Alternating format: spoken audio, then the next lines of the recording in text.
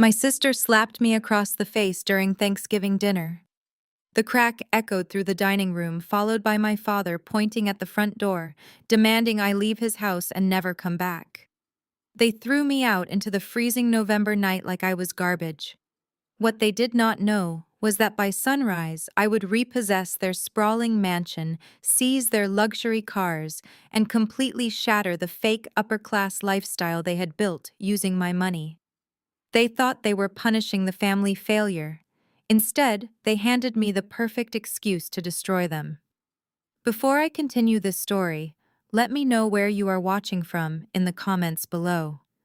Hit that like button and subscribe if you have ever had to stand up to toxic family members who severely underestimated your worth. You will definitely want to hear how this night ended. The mahogany dining table was covered in an extravagant holiday spread. Roasted turkey, candied yams, and expensive crystal glasses filled with vintage red wine. We were seated in my parents' upscale Atlanta home, a property that practically screamed old money aesthetics, even though they were drowning in debt behind closed doors. The argument started right after my mother Helen finished saying grace. Bryce, the husband of Chloe, leaned across the table with his signature arrogant smirk. He was a tech bro who loved to use corporate buzzwords to mask the fact that he had zero actual business sense. He slid a thick manila folder toward my plate. He said he needed me to co-sign a $2 million loan for his new app development company. He did not ask. He demanded. He spoke to me with that specific brand of unearned confidence, expecting me to simply hand over my signature, because I was the unmarried quiet sister who always faded into the background. I looked at the folder, then looked him dead in the eyes and calmly slid it back across the polished wood. I told him absolutely not. I said his last 3 ventures were disastrous pyramid schemes, and I would not risk a single dime of my credit on his financial delusions. That was when the facade of our perfect family dinner completely shattered. Chloe slammed her fork down onto her porcelain plate. She was 30 years old, 3 years younger than me, but still threw temper tantrums like a spoiled toddler. She had always been the golden child, the beautiful daughter who married a well-connected white man and gave our parents the country club status they so desperately craved. She stood up, her designer silk dress shimmering under the chandelier, and marched over to my side of the table. She screamed that I was a selfish, bitter woman who was jealous of her perfect marriage. Before I could even open my mouth to respond, her hand swung out and struck my left cheek. The physical force of the slap was jarring, but what happened next was worse. My wine glass toppled over, sending dark red liquid spilling across the pristine white tablecloth. The sharp sound of glass hitting the floor made the entire room freeze. My cheek burned, stinging with a sharp, radiating heat. I sat perfectly still. I did not raise my hand to touch my face. I did not yell. I just looked at the people who were supposed to be my family. My mother did not rush to comfort me. She did not reprimand her precious youngest daughter for committing physical assault at the dinner table. Instead, Helen gasped and immediately began dabbing at the spilled wine with her linen napkin, complaining loudly about how the expensive fabric was ruined. She acted as if a stain on her table was a greater tragedy than the red mark blossoming on my skin. Marcus, my father, did not flinch. He sat at the head of the table, clutching his napkin, his face turning a deep shade of crimson. He had always enabled Chloe, showering her with praise while treating my existence as a mild inconvenience. I was the scapegoat, the one who was expected to sacrifice my own stability to fund their vanity. Bryce sat back in his chair, taking a slow sip of his bourbon. He looked thoroughly entertained by the violence his wife had just inflicted on me. He possessed a staggering level of entitlement, believing that because he married into our black family, he could dictate our finances and talk down to me whenever he pleased. He chuckled softly and muttered that I should have just signed the papers and avoided causing such a ridiculous scene. I slowly stood up from my chair, brushing a few stray drops of wine from my skirt. The air in the dining room felt heavy, suffocating. I looked directly at Bryce and told him that my signature was not a charity handout for mediocre men who did not know how to run a legitimate business. The sheer audacity of his request was laughable. He expected me to finance his vanity project while he actively disrespected me in my own parents' home. My father slammed both of his fists onto the table, shaking the remaining crystal glasses. He roared that I had crossed the line. He pointed a shaking finger at me, his eyes full of pure contempt.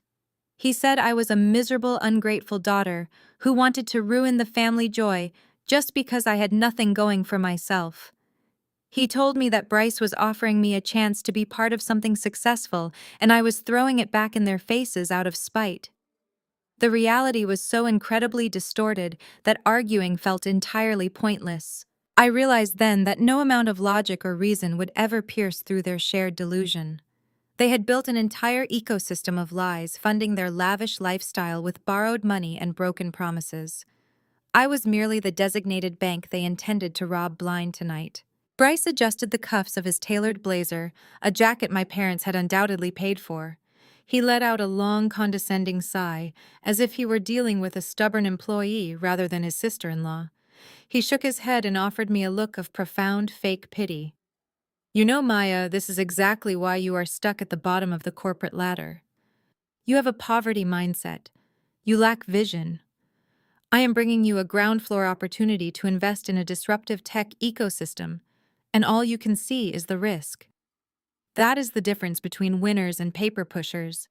You sit in your sad little cubicle crunching numbers for people who actually make moves while I am out here building the future.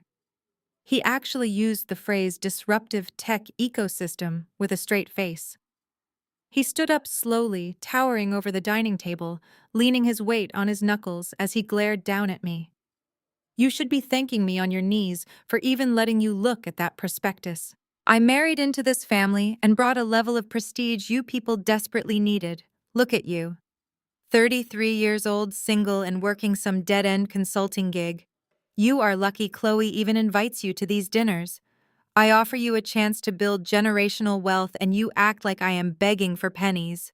The sheer audacity of his speech hung in the dining room, thick and suffocating. Chloe beamed at him, her eyes sparkling with absolute adoration, as if he had just delivered a revolutionary business pitch.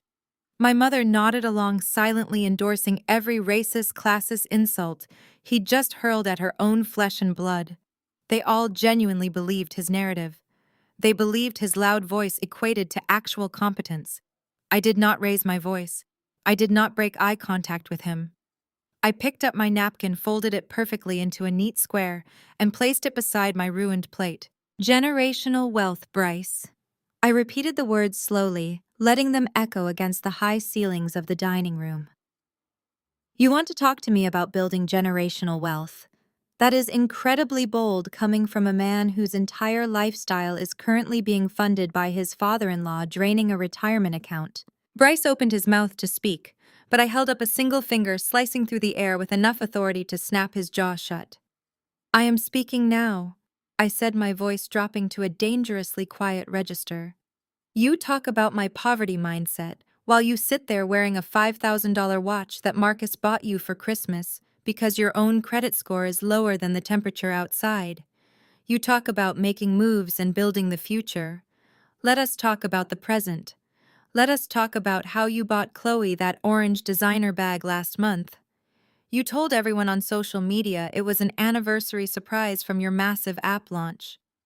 But we both know you put that $30,000 charge directly onto Helen and Marcus' joint credit card. The exact same card that was declined twice at the grocery store last Tuesday. Chloe gasped, her hand flying to her throat. She looked at our mother, whose face had suddenly drained of all color. Bryce shifted his weight, his confident posture crumbling just a fraction. He tried to laugh it off, a nervous, sputtering sound. You do not know what you are talking about. You are just making up garbage because you are jealous of our success. I stepped away from the table, crossing my arms as I looked at my sister. Jealous of what exactly, Chloe? Am I jealous of the fact that you spend your days pretending to be a wealthy socialite while your husband actively bankrupts our parents? You love to remind me that I dropped out of my first college program. You love to mock my desk job. But let us get the facts straight right here and right now. When you wanted to go to an expensive university, you threw a massive tantrum until Marcus took out a second mortgage on this very house to pay your out-of-state tuition. You partied for 4 years, got a degree you never used, and immediately expected them to fund your extravagant wedding. I took a step closer to her, watching her shrink back against her arrogant husband. When I wanted to get my degree, I did not cry to Marcus for a handout. I transferred to a local program. I worked the graveyard shift, scrubbing toilets at a commercial office building. I served coffee at dawn, and I coded software late into the night. I paid for every single textbook, every single credit hour, and every single meal I ate. I built my foundation on concrete, while you built yours on our parents' dying credit line. I turned my attention back to Bryce, who was now visibly sweating. His face had turned a blotchy shade of red. So do not ever fix your mouth to lecture me about hard work or building wealth. You are a parasite, Bryce. You are a financial leech hiding behind corporate jargon and a tailored suit. Your disruptive tech company is nothing but a smokescreen to cover the fact that you have not earned an honest dollar in your entire life. You thought you could target the quiet sister to fund your next massive failure. You thought I was an easy mark because I do not flash designer logos or brag about my income at the dinner table. You made a massive miscalculation. The silence in the room was absolute. Even the sound of traffic outside seemed to vanish. I had never spoken to them this way before. For years I had swallowed their insults. I had bitten my tongue to keep the peace. I finally had enough. It ended now. My father pushed his chair back with such violent force it crashed against the hardwood floor. The noise shattered the silence. Marcus stood up, his chest, heaving his hands balled into tight fists. He did not look like a man whose eyes had been opened to the truth. He looked like a man insulted by a subordinate. I watched his face contort with familiar, terrifying rage. I had conditioned myself to shrink from that specific look. I used to apologize and make myself small to keep the peace. Not tonight. How dare you speak to your family this way? Marcus bellowed, his voice echoing off the crown molding. You march into my house, eat the food I provided, and then have the unmitigated gall to disrespect your sister and her husband. You think you are so smart, Maya. You think because you live in some tiny apartment and hoard your little paycheck that you are better than us. I did not flinch. I just stared at him, watching the veins bulge in his neck. I am not better than you, Dad, I said, my voice dangerously calm. I am just solvent. There is a massive difference. He slammed his hand on the table again, rattling the silverware. You are bitter. That is what you are. You have always been a bitter, jealous, and toxic girl. You cannot stand to see Chloe happy. You cannot stand that she found a man who wants to take care of her while you are entirely alone. Bryce is family. He is building an empire. He is doing what it takes to elevate this family name, and you are sitting here trying to tear him down because you have absolutely nothing going for yourself. I looked over at my mother. Helen sat perfectly still at the opposite end of the table. She picked up her crystal wine glass and took a slow, deliberate sip. She did not look at me. She kept her eyes focused entirely on the floral centerpiece, refusing to acknowledge the verbal abuse being hurled at her daughter. Her silence was louder than my father's screaming. Her silence was the ultimate betrayal. She knew I was telling the truth about the credit cards. She knew Bryce was bleeding them dry. But maintaining the illusion of a perfect, wealthy family was far more important to her than protecting her actual child. Marcus marched around the table, stopping mere inches from my face. He pointed a trembling finger at the front door. I will not have this toxic energy in my home. You are not going to ruin this holiday with your pathetic jealousy. Get out! I looked at him, studying the deep lines around his mouth and the frantic desperation in his eyes. You are kicking me out into the freezing cold on Thanksgiving because I refuse to fund a scam. I am kicking you out because you are a miserable disappointment, Marcus snarled, stepping even closer. You bring absolutely no value to this family. You just drain the joy out of every room you enter. Pack your coat and leave. And do not ever come back. You are no longer welcome in this house. Chloe wrapped her arms around Bryce, burying her face in his shoulder, as if she were the victim, recovering from a brutal attack. Bryce smirked over her head, his arrogant confidence fully restored now that the patriarch had rushed to his defense. They had won. At least that is what they thought. I did not argue. I did not beg for my place at the table. I certainly did not shed a single tear. Crying would imply that I was losing something of value. I turned my back on my father and walked calmly toward the foyer. The rhythmic click of my heels on the hardwood floor was the only sound in the house. I reached into the hall closet and pulled out my tailored wool coat, slipping it on with deliberate precision. I grabbed my leather handbag, feeling the solid weight of the documents tucked safely inside. Marcus followed me to the hallway, hovering near the archway to make sure I was actually leaving. He expected me to break down. He expected me to turn around and apologize, begging for a second chance to be part of his prestigious family circle.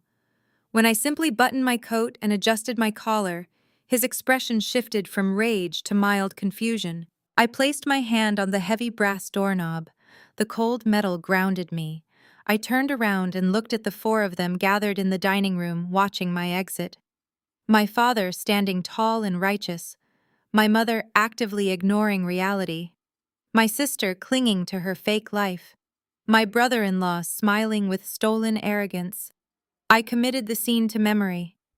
I wanted to remember exactly how they looked in this precise moment. I wanted to remember their pride before the absolute devastation hit. "You made your choice, Dad," I said, keeping my tone completely flat and devoid of any emotion. "I hope you and Helen truly understand what you just chose to protect. Do not threaten me, Maya," Marcus snapped, stepping forward. "Just leave now." "I am not threatening anyone at all," I replied, opening the heavy oak door. The freezing November wind rushed into the foyer, biting at my cheeks, but I felt incredibly warm inside. "I am just making a promise. Enjoy the rest of your dinner. Tomorrow is going to be a very long day for all of you." I stepped out into the dark, frigid night and pulled the massive door shut tightly behind me. It immediately closed with a heavy, final thud. The metal lock clicked firmly into place, severing my ties to the Addams family once and for all. The icy air whipped wildly around me, but my vision was perfectly clear. They had just thrown me to the wolves without ever realizing I owned the entire pack. I walked down the sweeping driveway of the Addams estate, hearing gravel crunch beneath my boots. The freezing wind bit my face, waking me from a nightmare. Behind me, the colonial house glowed warmly. Inside, Marcus was pouring scotch, congratulating himself on protecting his empire. Chloe was receiving a back rub from Bryce, basking in false victimhood. They were celebrating a victory that did not exist. If they looked out the window, they would notice I was not shivering by the curb waiting for a rideshare. Instead, a sleek midnight black Maybach glided around the cul-de-sac, its headlights cutting the November darkness. The luxury sedan pulled up smoothly beside me, stopping with absolute precision. My driver Thomas stepped out into the cold wearing an immaculate dark suit. He offered a respectful nod and opened the heavy rear door. I slipped into the heated leather interior, leaving my toxic family history outside. The door shut with a solid thud, muting the outside world. The Maybach cabin was a sanctuary of perfect silence and absolute control. The faint scent of expensive leather filled the air. This was the life I built while my family assumed I was wasting away in a miserable cubicle counting pennies. I unbuttoned my coat, letting the profound quiet wash over me. I watched the sprawling suburban mansions pass by. I thought about the sheer arrogance of Bryce sitting at my parents' table wearing a watch bought with stolen money, demanding I finance his fraudulent tech company. I thought about my father defending a parasite while throwing his daughter into the street. They had pushed me completely past the point of no return. I had spent years keeping my wealth hidden to avoid becoming their personal bank. I quietly bought their bad debt, hoping to restructure it and save them from financial ruin. Tonight they proved they worshipped the parasite. The protection was officially revoked. I reached into my handbag and pulled out my secondary encrypted phone. This was the lifeline to my actual empire. I tapped the speed dial for my chief operating officer. The call rang exactly twice before she answered. Elena never ignored my calls. She was sharp, ruthless, and possessed a financial brilliance matching my own. "Maya," she answered, her tone crisp, despite it being late on Thanksgiving night. "Are you calling about quarterly projections during a holiday?" I am not calling about projections, Elena, I said. I need an immediate status update on the Adams and Thornton collateral positions. There was a brief pause as Elena shifted into predatory financial focus. I heard the rapid clicking of a keyboard. The Adams residential and commercial loans are completely underwater, she confirmed. They missed their secondary restructuring payment last Tuesday. Bryce Thornton's shell companies are heavily leveraged. We hold the primary notes on his luxury vehicles' personal credit lines and his seed capital. We possess total legal authority to trigger default clauses across the board. Everything is primed.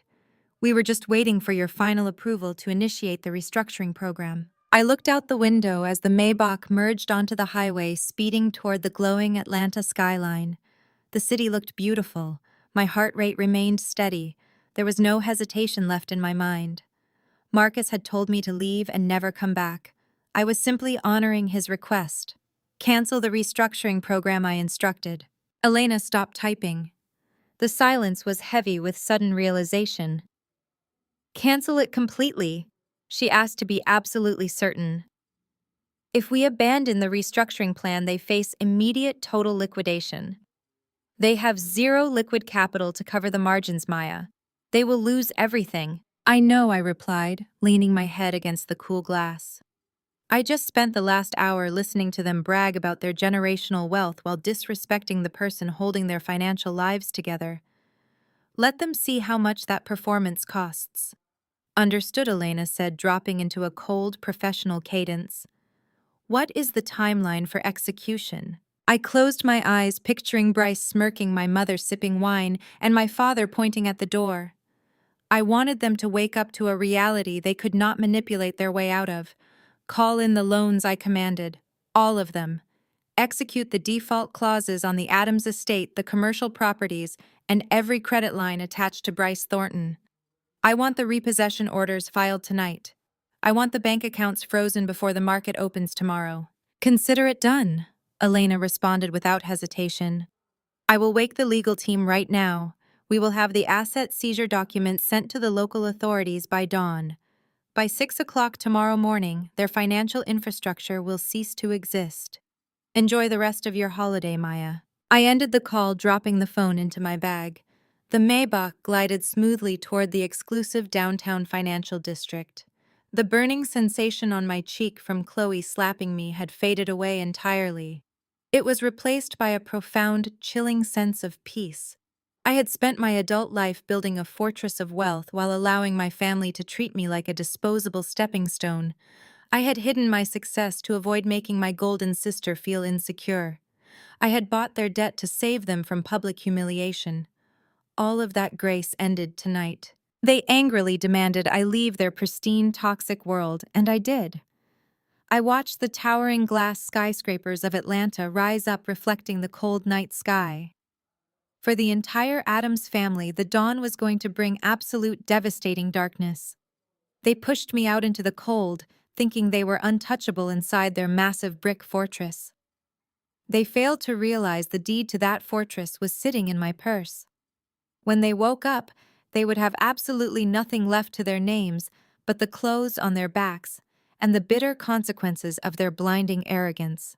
The game was now officially completely over for them. The Maybach navigated the empty streets of Atlanta, moving with the silent, predatory grace of a shark cutting through deep water. We pulled into the secured underground parking garage of a gleaming glass skyscraper in the heart of the financial district.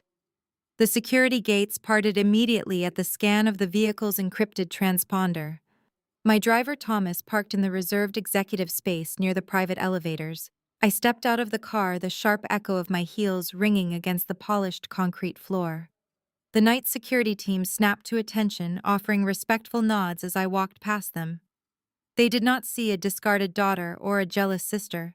They saw the person who signed their paychecks. I stepped into the private glass elevator and scanned my fingerprint on the biometric reader.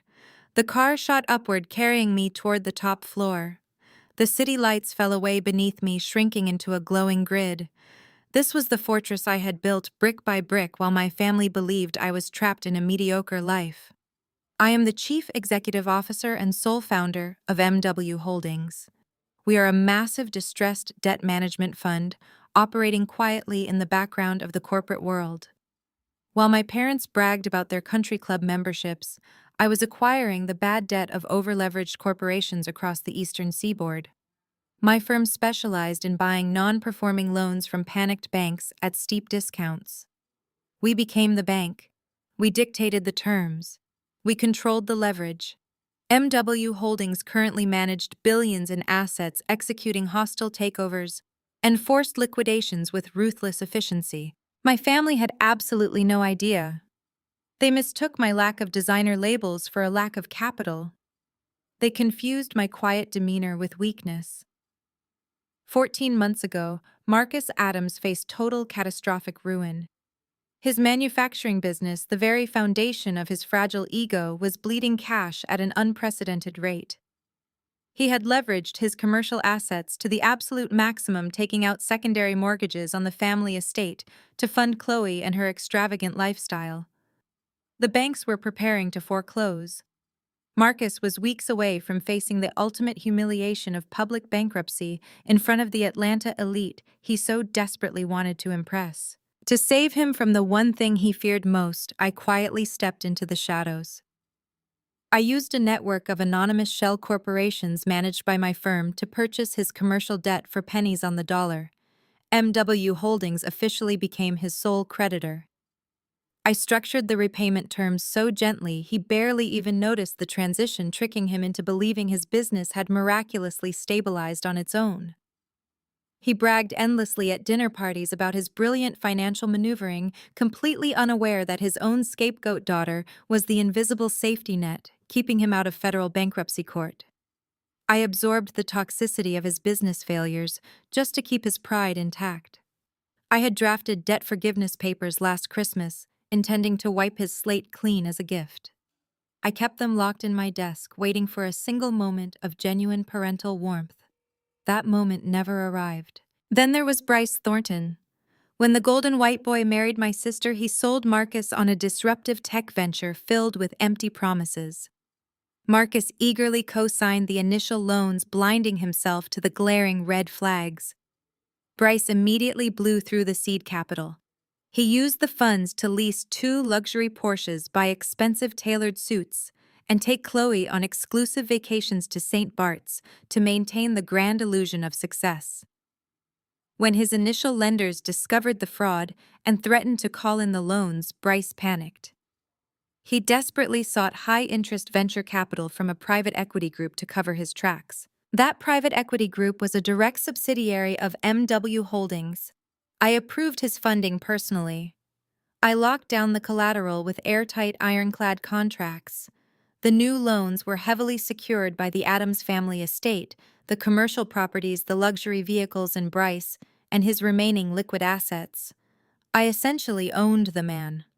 Every time he mocked my career at the dinner table, he was insulting the exact entity paying for the expensive food entering his mouth.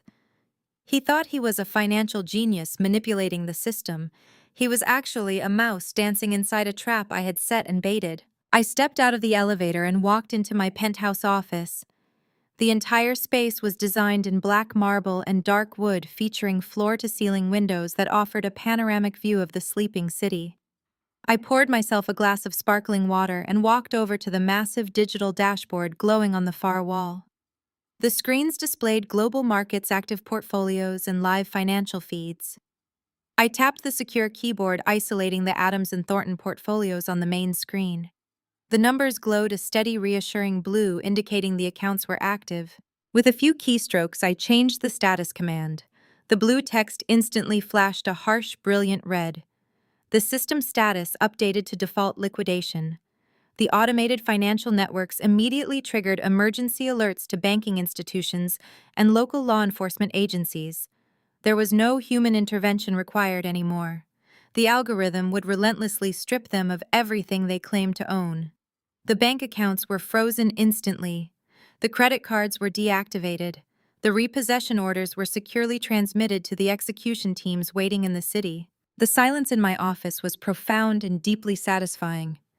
My phone buzzed on the polished marble desk. It was a secure, encrypted message from Elena confirming the legal warrants were signed by the night magistrate.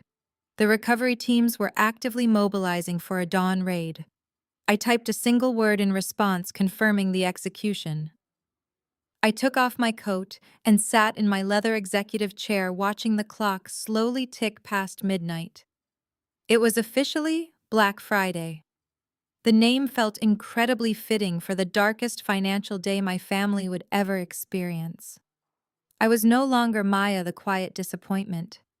I was the apex predator of the financial sector. I had given them every chance to be decent human beings. They chose cruelty instead. Now they would learn the true cost of their arrogance. I turned away from the glowing monitors and walked toward the massive mahogany desk positioned at the center of the room. The penthouse was a sprawling $15 million sanctuary suspended above the restless energy of Atlanta. Glass framed the glowing city skyline, offering a stunning panoramic view of the financial empire I had quietly conquered over the years. It was a space designed for absolute clarity. There were no family portraits on my desk. There were no sentimental trinkets. There was only a sleek, secure laptop, a thick stack of legally binding execution orders, and a solid gold fountain pen sitting on the dark wood waiting to be used. I sat down in the high-backed leather chair. I reached for the pen, unscrewing the cap with deliberate movements. The first document was the repossession order for the luxury vehicles. Bryce treated his two Porsches like badges of honor, parking them diagonally to ensure the neighbors noticed his perceived wealth. I skimmed the legal jargon detailing the breach of contract, the failure to meet margin calls, and the immediate revocation of his leasing rights. I pressed the gold nib to the paper and signed my name. The ink flowed dark and permanent. With that single stroke, the cars transitioned from status symbols to seized assets. I pulled the next file forward. This contained the personal banking freeze authorizations. Chloe spent her entire adult life treating money like an infinite resource magically generated by her husband and father. She never checked a balance. She simply swiped the shiny plastic and fully expected the entire world to bow down immediately. I reviewed the attached ledger highlighting her recent transactions. $5,000 at a designer boutique yesterday. $2,000 on a spa retreat booked for the weekend.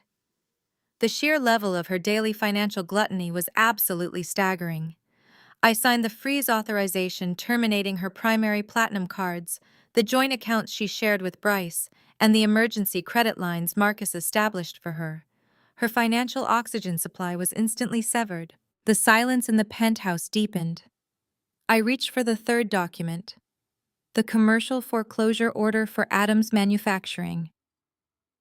This was the crown jewel of my father's inflated ego. Marcus built his entire identity around being the self-made titan of industry. He leveraged the livelihood of his employees to maintain a facade of generational wealth built on shifting sand. I read the clauses specifying the immediate lockout of all executive personnel. The security codes at his warehouses would change by 4 a.m. The corporate accounts were already drained into holding trusts to satisfy the primary debt obligations. I signed the document with a steady hand, sealing his professional demise. The final folder remained on the desk. It was the heaviest of them all. The residential foreclosure and immediate eviction notice for the family estate. This was the house where I grew up. This was the house where I was constantly reminded of my inadequacies. Marcus carelessly used the equity in that massive house as his own personal piggy bank to consistently fund the grand illusion of prosperity. He signed the deed over as collateral without a second thought, fully believing his own arrogant hype. I stared at the signature line. I felt no hesitation and no lingering sense of childhood nostalgia. The cold walls of that specific house held absolutely nothing for me but toxic memories and heavily conditional love. I pressed the pen to the paper and signed the final authorization. The dominoes were officially in motion. I compiled the signed documents into a secure digital scanner, feeding them through to encrypt and transmit the final legal copies directly to the execution teams waiting on standby. A soft chime confirmed the transmission was successful and legally binding. The local sheriff department, the repossession agents, and the corporate lockdown teams had their official marching orders. The trap was locked. I stood up from the desk and walked over to the sprawling glass windows. I looked out over the city, watching the tiny lights of cars moving along the highways. Somewhere out there, my family was sleeping soundly under silk sheets, totally unaware that the roof over their heads no longer belonged to them. They had no idea they were already financially dead. I sat on the plush velvet sofa, resting my feet on the glass coffee table. I picked up my secure phone and opened the live tracking application Elena designed for me. The application displayed a map of the city with several glowing green dots. Each dot represented an asset recovery team holding position near the target locations. One dot hovered near the Adams estate waiting for the strike time. Another dot was positioned near the corporate headquarters of my father's manufacturing plant. Two more dots sat near the addresses of Bryce and his fraudulent shell companies. The coordination was flawless. It was a military-grade financial strike designed to hit every target simultaneously, ensuring they could not warn each other or attempt to hide any liquid assets. I checked the clock. It was 2 in the morning. 4 hours remained until the execution window opened. 4 hours until tow trucks backed into the pristine driveway. 4 hours until a heavy knock on the front door shattered their arrogant illusions forever. I leaned back into the sofa cushions and watched the digital clock tick forward. I spent 33 years waiting for validation from people incapable of giving it. I absorbed their insults and quietly bought their debts. But the performance was over. The curtain had fallen on the obedient daughter. The sky outside remained pitch black. The city slept peacefully. A storm was brewing beyond the horizon. It was a storm of my own making, fueled by years of disrespect and undeniable leverage. The dawn was coming. When the sun rose, it would illuminate the wreckage of their manufactured reality, leaving them with nothing but the brutal truth of their own devastating failures. The sky over Atlanta shifted from a bruised purple to a cold metallic gray. I remained seated on the velvet sofa in my penthouse, watching the digital tracking map glow on my tablet. The green indicator dot hovering near the Adams estate pulsed steadily. It was 5:50 in the morning. 10 minutes remained until the execution window officially opened. I took a slow sip of black coffee, feeling the caffeine sharpen my focus. I wanted to imagine the exact layout of their morning. Marcus would still be snoring in the master suite, sleeping off the heavy Thanksgiving wine. Chloe and Bryce would be tangled in the Egyptian cotton sheets of the guest room, blissfully unaware that their entire world was about to violently collapse. At precisely 6 o'clock, the green dot on my screen split into 3 separate indicators, moving rapidly up the private driveway of the Adams property. My phone buzzed with an automated text alert, confirming the recovery teams had officially breached the perimeter. The silent strike had begun. I leaned back and pictured the scene unfolding miles away. 2 massive industrial tow trucks idled their heavy diesel engines, rumbling, disrupting the pristine silence of the wealthy suburban neighborhood. The flashing amber lights sliced through the morning mist, casting long, frantic shadows across the manicured lawns. The repo agents did not knock. They did not announce their presence. They moved with practiced mechanical efficiency. The lead agent, a burly man who had seen every flavor of rich entitlement, backed his heavy rig directly toward Bryce and his prized possession. The shiny silver Porsche 911 sat parked diagonally across the driveway, gleaming in the harsh amber lights. The secondary truck maneuvered around the manicured hedges, aiming for the black Porsche Cayenne parked just behind it. The heavy hydraulic winches engaged with a loud, piercing mechanical whine. That sound was impossible to ignore. It cut right through the thick, insulated walls of the colonial mansion. Upstairs in the guest bedroom, the noise dragged Bryce from his deep sleep. He stumbled out of bed, disoriented and angry. He threw open the heavy linen curtains, expecting to see a confused garbage truck or a lost delivery driver. Instead, he saw 2 massive steel hooks being secured to the undercarriages of his luxury vehicles. The mechanical winches whirred, lifting the front wheels of the silver Porsche off the pristine cobblestone driveway. Bryce panicked. He did not bother getting dressed properly. He threw on a monogrammed silk robe and shoved his feet into designer leather slippers. He sprinted down the grand curved staircase, taking the steps two at a time, his heart pounding with sheer indignant rage. He threw open the massive oak front door, the cold morning air hitting his bare legs. "What the hell are you doing?" Bryce screamed, his voice cracking, as he sprinted barefoot across the freezing cobblestones. "Put that car down right now. You are trespassing on private property. I am calling the police." The repo agents did not even flinch. They continued working, securing the heavy chains with loud metallic clanks. The lead agent, a man named Jackson, turned around slowly, adjusting his heavy work gloves. He possessed absolutely no patience for the temper tantrums of over-leveraged suburbanites. He looked Bryce up and down, taking in the silk robe and the frantic red face. "Step back from the vehicle, sir," Jackson instructed, his voice a flat, uncompromising bark. "This property is being seized under a lawful court order. You do not know who you are dealing with." Bryce bellowed, stepping closer, trying to physically block the winch mechanism. He puffed out his chest, attempting to use his sheer presence to intimidate the working-class men. "This is the Adams estate. I am Bryce Thornton. You are making a massive mistake. I play golf with the chief of police. I will have your jobs for this. I will sue your entire company into the ground. Unhook my cars immediately before I have you arrested for grand theft." Bryce firmly believed his status made him untouchable. He expected these men to cower and apologize, recognizing his obvious superiority. He expected his loud demands to instantly alter reality. Jackson sighed deeply, pulling a thick clipboard from his heavy canvas jacket. He walked right up to Bryce, ignoring the furious screaming, and shoved the clipboard directly into his chest. Bryce stumbled back, clutching the heavy stack of legal documents to keep them from hitting the frozen ground. "Read the papers, Mr. Thornton," Jackson said, turning his back to supervise the final securing of the Cayenne. "Or do not read them. I do not care. The vehicles are the legal property of MW Holdings. Your lease agreements are voided due to multiple default violations and gross financial insolvency. The police already have the execution warrants. Call them if you want. They will just tell you to step out of my way." Bryce stared down at the documents, his arrogant facade violently cracking. The crisp white paper featured the terrifying red seal of the county magistrate. He scanned the legal jargon, his eyes darting frantically across the page.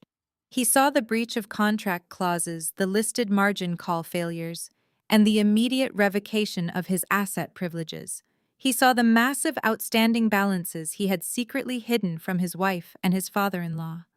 Then he saw the primary creditor listed at the very top of the page, MW Holdings. His hands began to shake visibly. The freezing wind whipped his silk robe around his legs, but the cold he felt was entirely internal. The unearned confidence that fueled his entire existence was evaporating into the crisp morning air. He looked up, watching helplessly as the massive hydraulic arm lifted his silver Porsche completely off the ground, securing it firmly to the flatbed truck. The second tow truck engaged its gears, hoisting the black Cayenne with brutal efficiency. He stood silently, his perfect world crushed under heavy steel chains. Bryce stumbled back into the grand foyer of the Adams estate, the heavy oak door slamming shut behind him. He dropped the thick stack of legal documents onto the marble floor, scattering the crisp white pages like discarded trash. His chest heaved, his breath coming in short, ragged gasps. Outside, the deep mechanical hum of the tow trucks shifted gears, pulling his prized luxury vehicles down the long, winding driveway. He pressed his back against the heavy door, squeezing his eyes shut desperately, trying to wake up from the nightmare. "What is going on down here?" Chloe yelled, her voice sharp and irritated as she descended the curved staircase. She wore a silk robe trimmed with expensive imported lace. "Bryce, where are the cars? Who were those men?" Bryce did not answer. He stared blankly at the scattered papers. Chloe reached the bottom of the stairs, stepping delicately around the documents. "Bryce, answer me," she demanded, her voice rising in pitch. "Did you forget to pay the lease again? I told you Marcus would handle it if you just asked him nicely. This is so incredibly embarrassing. What if the neighbors saw?" "It is not the lease, Chloe." Bryce whispered, his voice completely devoid of its usual arrogant swagger. They took everything. What do you mean everything? She scoffed, rolling her eyes. Just call your guy at the dealership. Tell him there was a bank error. I have a brunch appointment at the country club at 10 and I absolutely refuse to take an Uber. Bryce suddenly grabbed her shoulders, his fingers digging into her silk robe. He shook her slightly, his eyes wide and frantic. You are not listening to me. The cars are gone. The company accounts are gone. The seed capital is gone. MW Holdings called in the loans. They seized the collateral. Every single dime is locked down. Chloe shoved him away, her perfect manicured hands trembling. You are being dramatic. Let me call Marcus. He will fix this. He always fixes your messes. She marched over to the mahogany console table, grabbing her platinum credit card from her designer handbag. I will just hire Dad's lawyer, the expensive one downtown.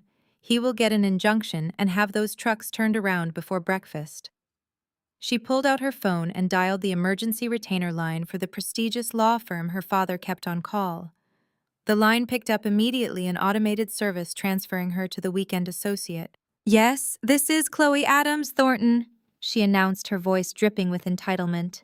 I need an emergency injunction filed immediately regarding a vehicle repossession.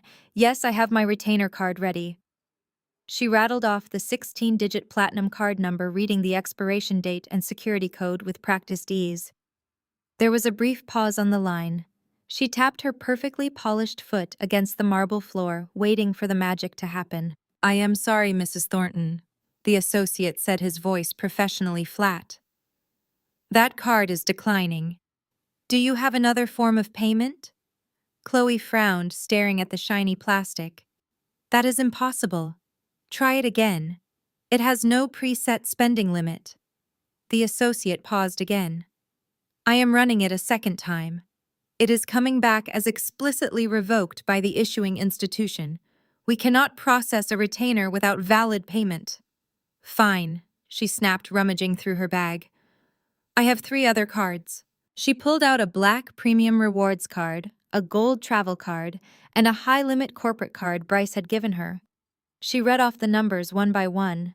The silence on the line grew longer and significantly more uncomfortable. Mrs. Thornton, the associate, finally spoke, a hint of genuine pity entering his voice. Every single card you have provided is returning a locked or revoked status code. We cannot assist you without a cleared retainer. I suggest you contact your banking institutions immediately. The line clicked dead. Chloe stared at her phone, the screen glowing brightly in the dim foyer. She dropped the useless plastic cards onto the marble floor beside the legal documents. They clattered softly, a pathetic sound in the massive house. Bryce sank down onto the bottom step of the staircase, burying his face in his hands. It is all gone, Chloe, he mumbled. I logged into the corporate portal while you were on the phone. The shell companies, the investment accounts, the offshore trusts. Everything is returning a federal freeze code. We are completely locked out of the banking system. We do not even have access to the grocery money. What do you mean we do not have grocery money? Chloe shrieked, panic finally breaking through her arrogant facade. Marcus put $50,000 into our joint account just last week. Bryce looked up, his eyes red and frantic. MW Holdings holds the primary notes. When they triggered the default, they activated the sweeping clauses. They swept every connected account to satisfy the margin calls. They took the $50,000.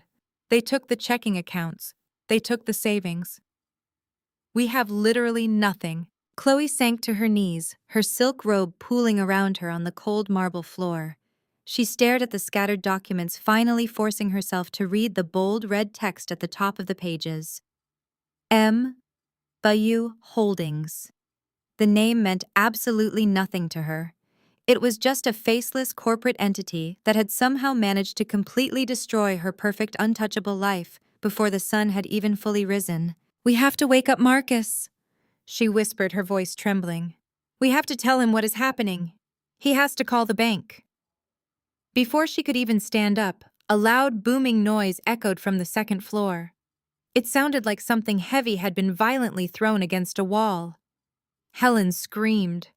The sound was raw and terrified, tearing through the quiet mansion. Bryce and Chloe froze, staring up the grand staircase. Heavy, rapid footsteps thundered down the hallway above them. Marcus appeared at the top of the landing. He was not wearing his expensive tailored suit or his perfectly pressed golf clothes. He wore rumpled pajamas, his hair sticking up in wild tufts. His face was a mask of absolute sheer, unadulterated terror. He clutched his laptop to his chest as if it were a life preserver.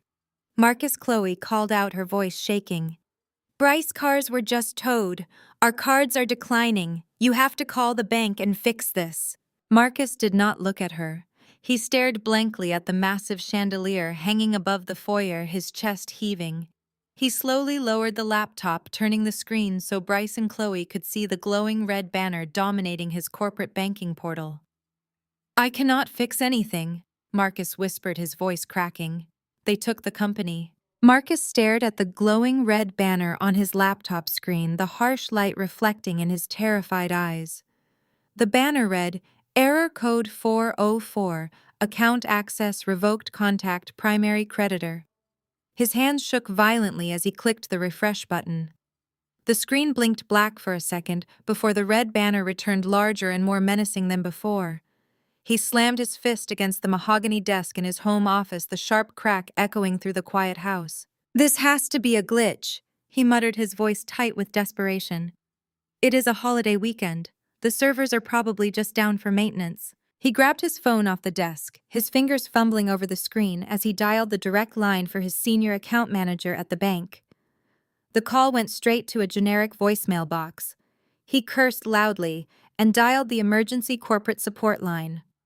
After 5 excruciating minutes of hold music, an automated voice informed him that his executive access privileges had been suspended pending a legal review. Marcus collapsed into his leather chair, the air rushing from his lungs. This was not a glitch. This was a targeted execution. He leaned forward, frantically scrolling through his personal email, looking for any explanation. He found a single automated message from his primary corporate lender. The subject line read, Notice of immediate default and asset liquidation. He opened the email, his eyes scanning the dense legal text. The words blurred together, but the terrifying reality was crystal clear. His manufacturing company, the legacy he had built with his bare hands, the empire he had prioritized over his own flesh and blood, was gone. He read the name of the primary creditor listed at the bottom of the email. M.W. Holdings. The same entity that had just seized Bryce's cars and frozen Chloe's credit cards. A cold, hard knot formed in his stomach. He remembered Maya standing in the foyer, her voice calm and devoid of any emotion. You made your choice, Dad. I hope you and Helen truly understand what you just chose to protect. The realization hit him with the force of a physical blow. MW Holdings was not a faceless corporation. It was Maya. His quiet scapegoat daughter, the one he had kicked out into the freezing night, was the CEO of a massive financial firm. She had bought his failing debt. She had held the collateral for his entire life, and he had just handed her the perfect excuse to destroy him. Helen rushed into the office, her face pale and drawn. Marcus, what is happening? Chloe said her cards were declined and Bryce is screaming about tow trucks. Marcus looked at his wife, his expression a mixture of profound shock and devastating defeat. We lost everything, Helen, he whispered, his voice cracking. The company, the accounts, the cars. It is all gone. Helen stumbled backward, clutching the doorframe for support. What do you mean, gone? How is that possible? You just restructured the debt last year. You said we were fine. We were not fine, Helen. Marcus admitted, his voice thick with shame. We were bleeding cash. I took out secondary mortgages to cover Chloe's wedding and Bryce's investments. I thought I could turn it around. I thought I had more time. But who did this to us? Helen demanded, tears streaming down her face. Who would be so cruel to do this on Thanksgiving? Marcus turned his laptop screen toward her, pointing a shaking finger at the name listed as the primary creditor. Read it, Helen. Helen squinted at the screen, her brow furrowed in confusion. MW Holdings. I do not understand. Who is that? Marcus closed his eyes, a single tear escaping and tracing a path down his weathered cheek. It is Maya, he said, his voice barely audible. Maya Wilson Holdings. She owns our debt. She owns the company. She owns this house. Helen gasped, her hand flying to her mouth. No, that is impossible. Maya is just a consultant. She does not have that kind of money. She lied to us, Helen, Marcus said, opening his eyes to look at his devastated wife. She hid her success because she knew we would use her. And we did. We used her to prop up Chloe and Bryce. We threw her to the wolves to protect a parasite. And now she is punishing us. The weight of their arrogance crashed down on them. They had spent years diminishing Maya, celebrating Chloe's manufactured success, while ignoring Maya's genuine achievements. They had demanded her loyalty while offering absolutely none in return. They had believed they were the architects of their own destiny, completely unaware that their quiet daughter was the one holding the blueprints. Bryce burst into the office, his face flushed with anger and panic. Marcus, you have to fix this. My companies are locked out. They took my cars. You have to call the bank. Marcus stood up slowly, his posture rigid with suppressed fury. He walked around the desk, stopping inches from his son-in-law. He did not yell. He did not scream. He spoke with a quiet, terrifying intensity. There is no bank, Bryce. Marcus said, his voice cold and flat. There is only Maya. She owns everything. And because you could not keep your arrogant mouth shut at dinner, she just initiated a total liquidation of our entire lives. Bryce stumbled backward, his arrogance finally shattering. Maya. He repeated the name as if it were a foreign language.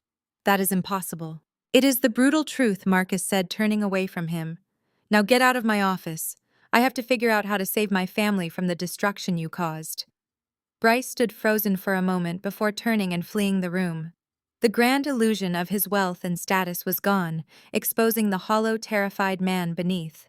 Marcus sat back down at his desk, his eyes fixed on the glowing red banner on his laptop screen. The manufacturing business he had built, the legacy he had prioritized over his daughter, was no longer his. He was a king without a kingdom, a patriarch without power. He had demanded Maya leave and never come back. She had simply obliged, taking his entire world with her. The heavy silence was shattered by a loud, authoritative pounding at the front door. Through the frosted glass panels flanking the grand entryway, the unmistakable glare of blue and red police lights pulsed against the marble floor, painting the walls in alternating shades of panic. Marcus remained glued to his leather chair, staring ahead at his blank laptop screen, entirely paralyzed. The weight of his financial ruin pinned him in place. Helen stood trembling in the hallway, clutching her silk robe. She looked back, waiting for him to take control. When he did not emerge, she swallowed hard, forced herself toward the entryway, and unlocked the heavy oak door. Two uniformed deputies stood on the sprawling front porch. Their dark tactical gear contrasted sharply with the pristine white columns. The air was freezing, but the cold washing over Helen had nothing to do with the temperature. "Can I help you, officers?" Helen asked, attempting to pull her country club dignity around her like armor. "There must be a misunderstanding. My husband is Marcus Adams. We are friends with the mayor. This can be sorted out quietly." The lead deputy did not blink at her name dropping. He held a thick manila envelope in his gloved hands. "Are you Helen Adams?" he asked, his voice projecting absolute authority.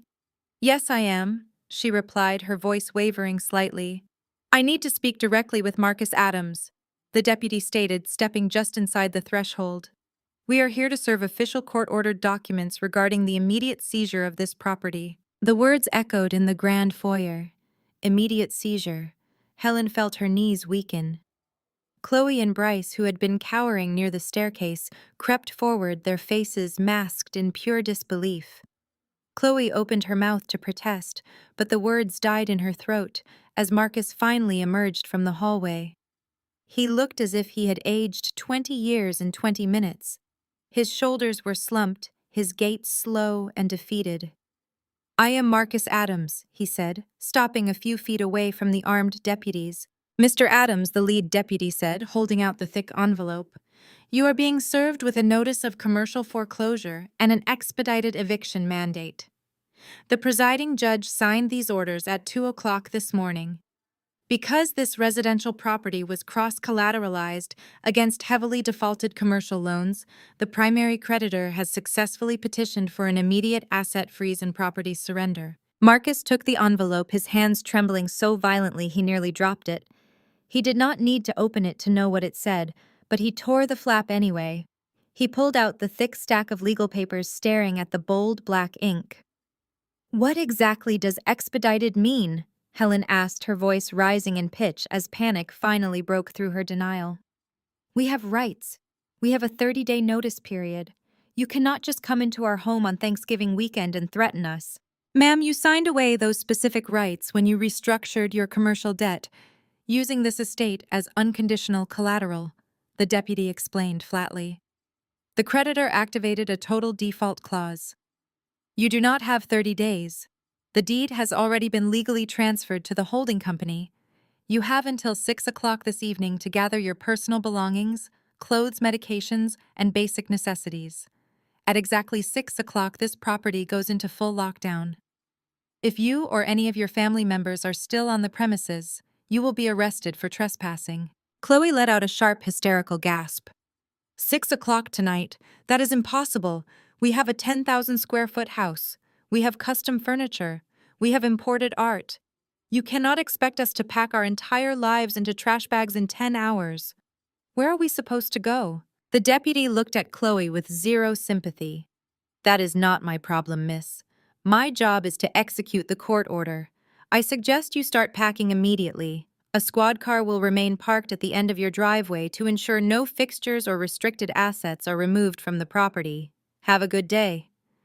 The deputies turned and walked out, shutting the heavy front door firmly behind them. The click of the latch sounded like a prison door sliding shut. Chloe rushed over to her father, ripping the stack of papers from his hands. "This cannot be real," she screamed, her eyes scanning the dense legal text.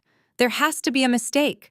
Who is doing this to us? Who has the power to take our house in the middle of the night?" She flipped to the second page, searching for the plaintiff. Her manicured finger traced down the column until it stopped dead at the bolded name of the holding company. She read the letters. She read the corporate officer's name printed clearly beneath the corporate seal. Her breath hitched. The paperwork slipped from her fingers, scattering across the marble floor, joining the repossession documents Bryce had dropped earlier. "No," Chloe whispered, shaking her head frantically. "No, this is a joke. This is a sick, twisted joke." Bryce bent down and picked up the top sheet. He read the name, his face drained of whatever color he had left. M.W. Holdings. Chief Executive Officer Maya Wilson. The name hit the foyer like a physical detonation. Bryce looked at Marcus, his eyes wide with horrified realization. It was her. The entire time it was her. We were sitting there mocking her career, telling her she had no vision, and she was the billionaire funding our existence. Helen collapsed onto the bottom step of the staircase, weeping openly into her hands. The reality of the situation was absolute. Maya had not just bought their debt. She had masterfully engineered a flawless, inescapable trap. Every designer handbag Chloe bought, every luxury car Bryce leased, every business deal Marcus bragged about had been subsidized by the daughter they relentlessly abused. Marcus looked at the scattered papers littering his beautiful marble floor. He thought about the moment he pointed at the door and banished Maya into the freezing night. He had felt so powerful, so righteous. He had demanded she leave their world. Now, as he looked around the grand foyer, he realized she had not just left their world. She had taken the entire planet out from under their feet. The clock was ticking. They had exactly 10 hours to pack their pathetic, shattered lives into boxes before the daughter they threw away locked them out in the cold forever. Marcus refused to pack a single cardboard box. The sheer shock of the legal eviction notice quickly morphed into pure rage. He firmly believed the documents were a mistake, a gross overreach by a daughter throwing a massive tantrum. He demanded his entire family get dressed immediately. They were going downtown to confront her. He still believed he could intimidate his daughter into submission.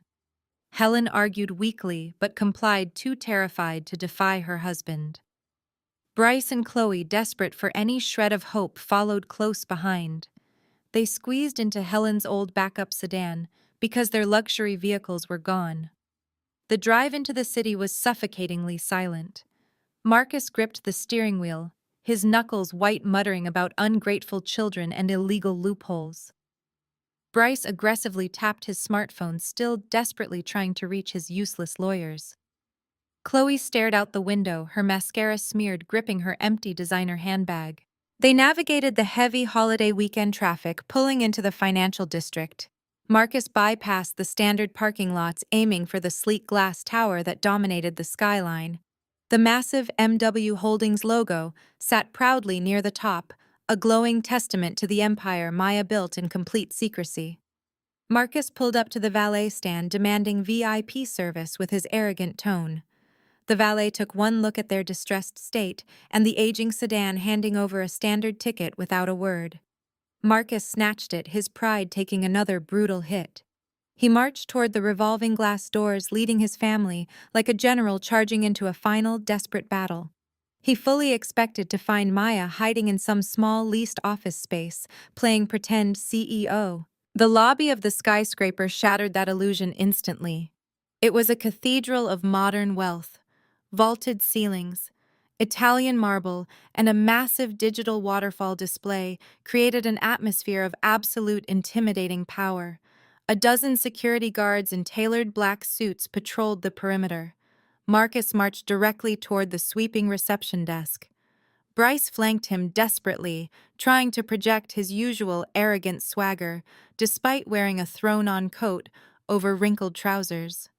Helen and Chloe trailed behind, their eyes wide as they took in the sheer scale of the operation. Chloe realized the shoes on the receptionist likely cost more than her entire remaining bank balance. "I am Marcus Adams," he barked at the head receptionist, slamming his hand flat against the polished stone counter. "I demand to see Maya Wilson immediately. She is my daughter, and she is playing a very dangerous, very illegal game." The receptionist, a perfectly groomed woman with a headset, did not flinch. She did not reach for a panic button. She simply typed a few keystrokes into her terminal. "Mr. Adams," she said, her voice smooth and completely devoid of intimidation. "Ms. Wilson has been expecting you.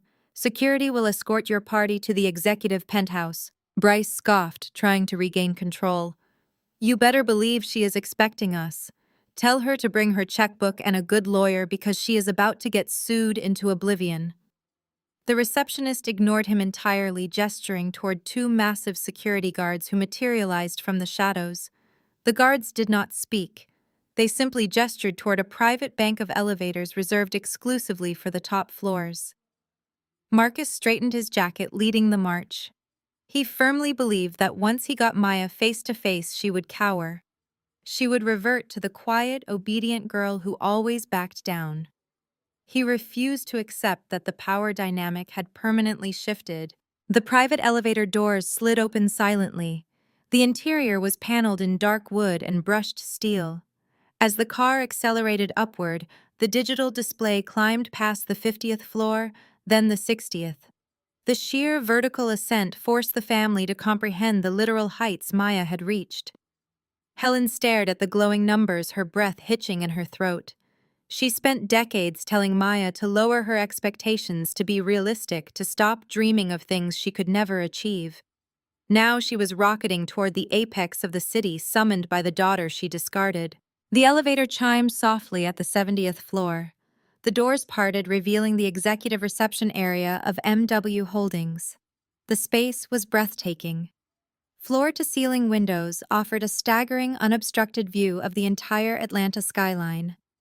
The walls were adorned with original modern art. High-level executives and legal teams moved quietly through the corridors, speaking in hushed, urgent tones. This was not a shell company. This was not a small consulting firm. This was the beating heart of a multi-billion-dollar financial machine, and it operated entirely under Maya's command. Marcus stepped out of the elevator, his shoes sinking into the plush custom carpeting.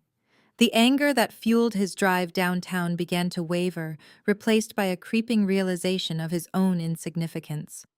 Bryce stopped dead in his tracks. His eyes darted around the sprawling floor plan, taking in the private trading floors and glass-walled conference rooms filled with analysts. He had spent his entire adult life faking this level of success. He knew exactly what real wealth looked like, and he was standing right in the middle of it. The crushing weight of his own mediocrity hit him like a freight train. Chloe grabbed her husband's arm, her perfectly manicured nails digging deep into his heavy wool coat sleeve. "Bryce," she whispered, her voice trembling with raw terror. "How did she do this? How did she get all of this?" Bryce could not answer. He just stared ahead, his jaw clenched tightly, his breath shallow. An impeccably dressed woman holding a silver tablet approached them with a polite smile.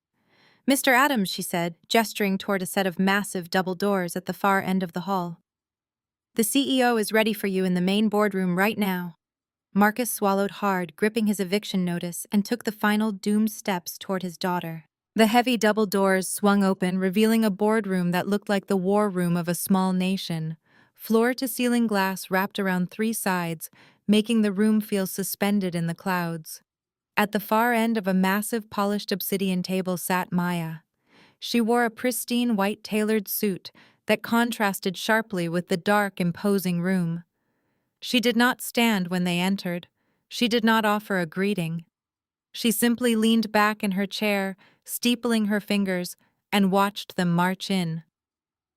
Marcus, Helen, Bryce, and Chloe looked entirely out of place, resembling a group of frantic, disheveled trespassers who had wandered into a high-security zone. Bryce was the first to break the silence. His wounded ego demanded he take control of the narrative. He stormed past Marcus, marching straight up to the obsidian table and slamming both hands down hard against the polished stone. "You think you are so incredibly clever," Bryce sneered, his voice echoing in the cavernous room. "You think you can just forge some paperwork and steal our assets. I am calling my lawyers right now. We are going to the SEC. We are going to the FBI. I will have you investigated for corporate espionage, wire fraud, and extortion. You are going to spend the rest of your miserable life in federal prison for pulling this stunt on my companies." Marcus stepped up right beside him, pointing a shaking finger at Maya. "You have crossed a line that cannot be uncrossed. You undo this right now, or I will let Bryce destroy you.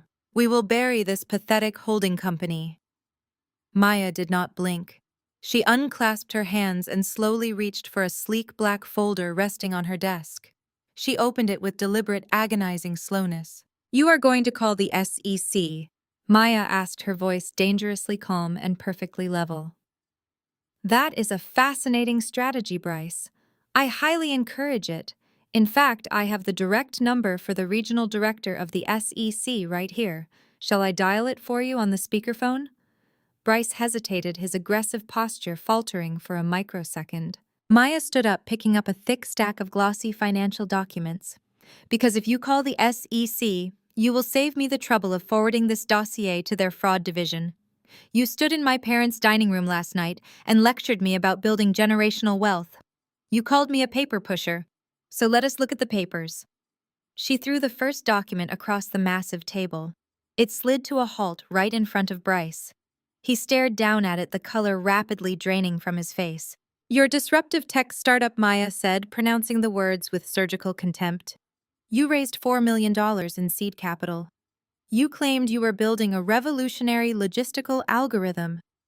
I had my forensic accountants tear your company apart down to the source code. Do you know what they found, Bryce? Absolutely nothing.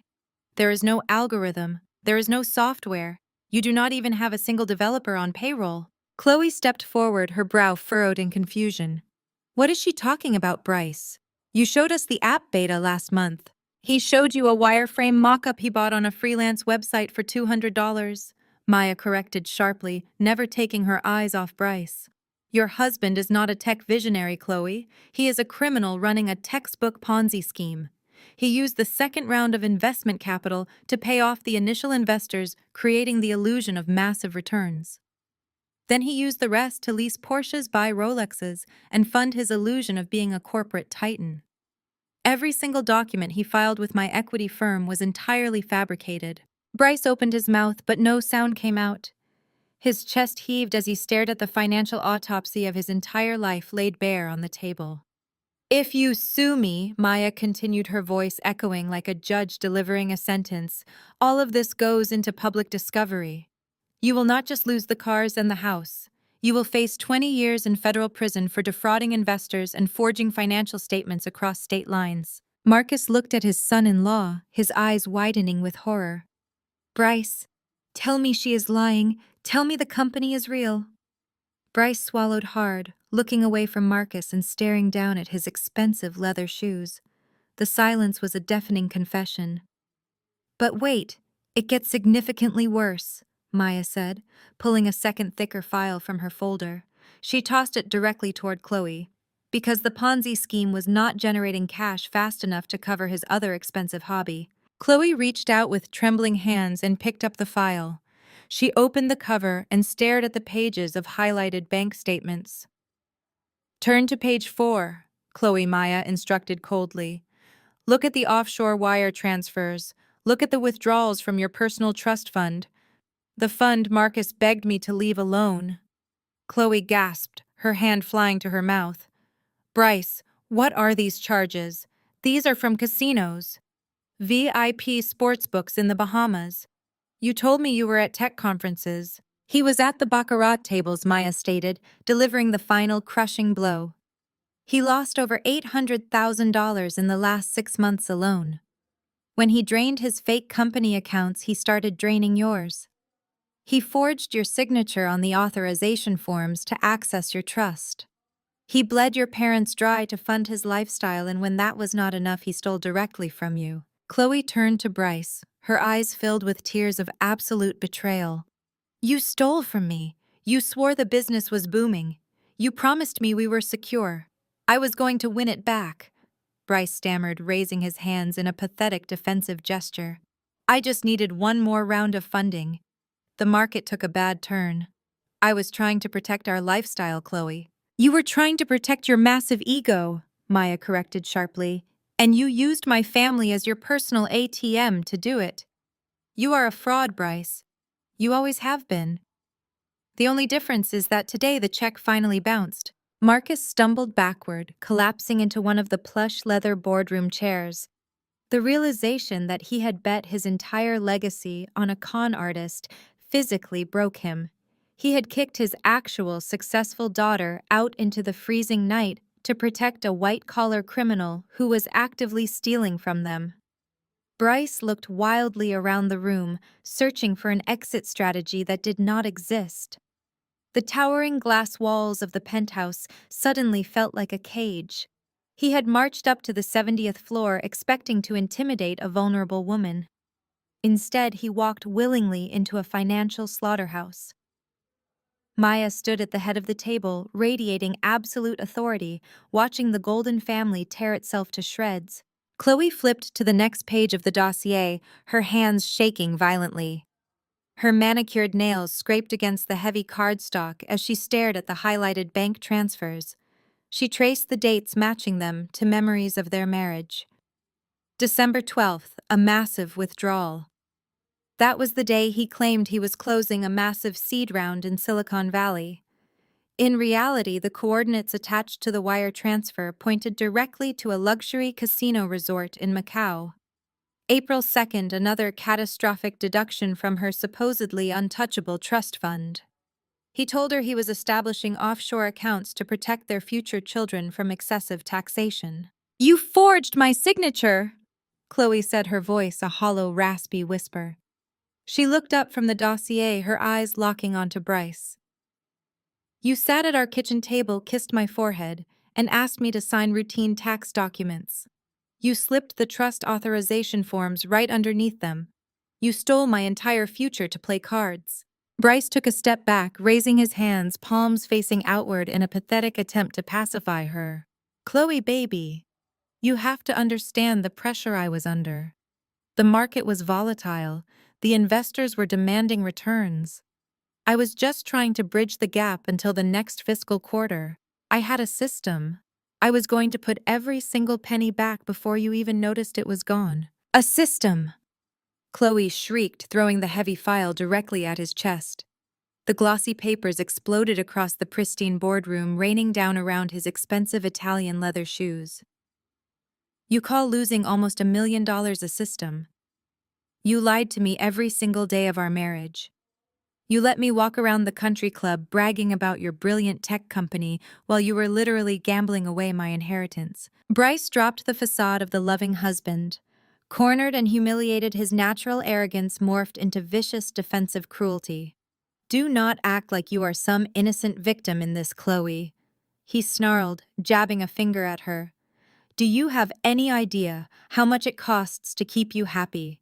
You drop $10,000 a week on designer bags, spa treatments, and weekend trips to the Hamptons. You demand a lifestyle fit for royalty, and you expected me to just magically produce the cash to fund it. You never once asked how the company was actually doing. You just asked for my credit card. I am your wife, Chloe screamed, her face turning a blotchy red. You are supposed to provide for me. You promised me a life of luxury. You told me you were a genius. I told you what you wanted to hear so you would stop nagging me, Bryce shouted back, his voice echoing off the glass walls.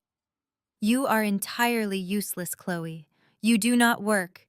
You have no skills. Your entire personality revolves around spending money other people earned. I had to leverage everything just to keep up the appearance of the perfect wealthy husband so you could show off to your shallow little friends. The united front of the perfect golden couple shattered into 1,000,000 jagged pieces right in the middle of my boardroom. They circled each other, throwing years of hidden resentments and toxic secrets into the open air. Marcus sat paralyzed in his chair, watching his prized daughter and his hand-picked son-in-law tear each other to shreds. He had sacrificed my future to elevate this couple, and now he was witnessing the rotting core of their marriage. I leaned forward, resting my elbows on the obsidian table, watching the implosion with absolute clinical fascination. I did not interrupt. I let them exhaust themselves. You are a complete fraud, Chloe sobbed violently, pointing at Bryce. You are going to prison, and I am going to divorce you the second we leave this building. I will take everything you have left. I have absolutely nothing left, you stupid girl. Bryce laughed a harsh, maniacal sound. Did you not hear your sister? MW. Holdings owns my car's accounts and companies. I am entirely bankrupt. You cannot take half of zero. If you divorce me, you are walking away with nothing but the clothes on your back and a massive pile of secondary debt I conveniently put in your name. Chloe gasped, clutching her chest as if she had been physically struck.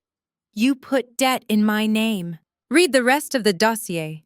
Maya Bryce spat, gesturing wildly toward the scattered papers on the floor. Tell her, Maya. Tell her about the personal loans. I smiled, picking up my own copy of the file. It is true, Chloe, I said, keeping my tone conversational and light. Bryce took out 3 massive personal loans using your social security number and your signature as the primary guarantor. Since you legally co-signed the documents, my firm will be pursuing you for the outstanding balances.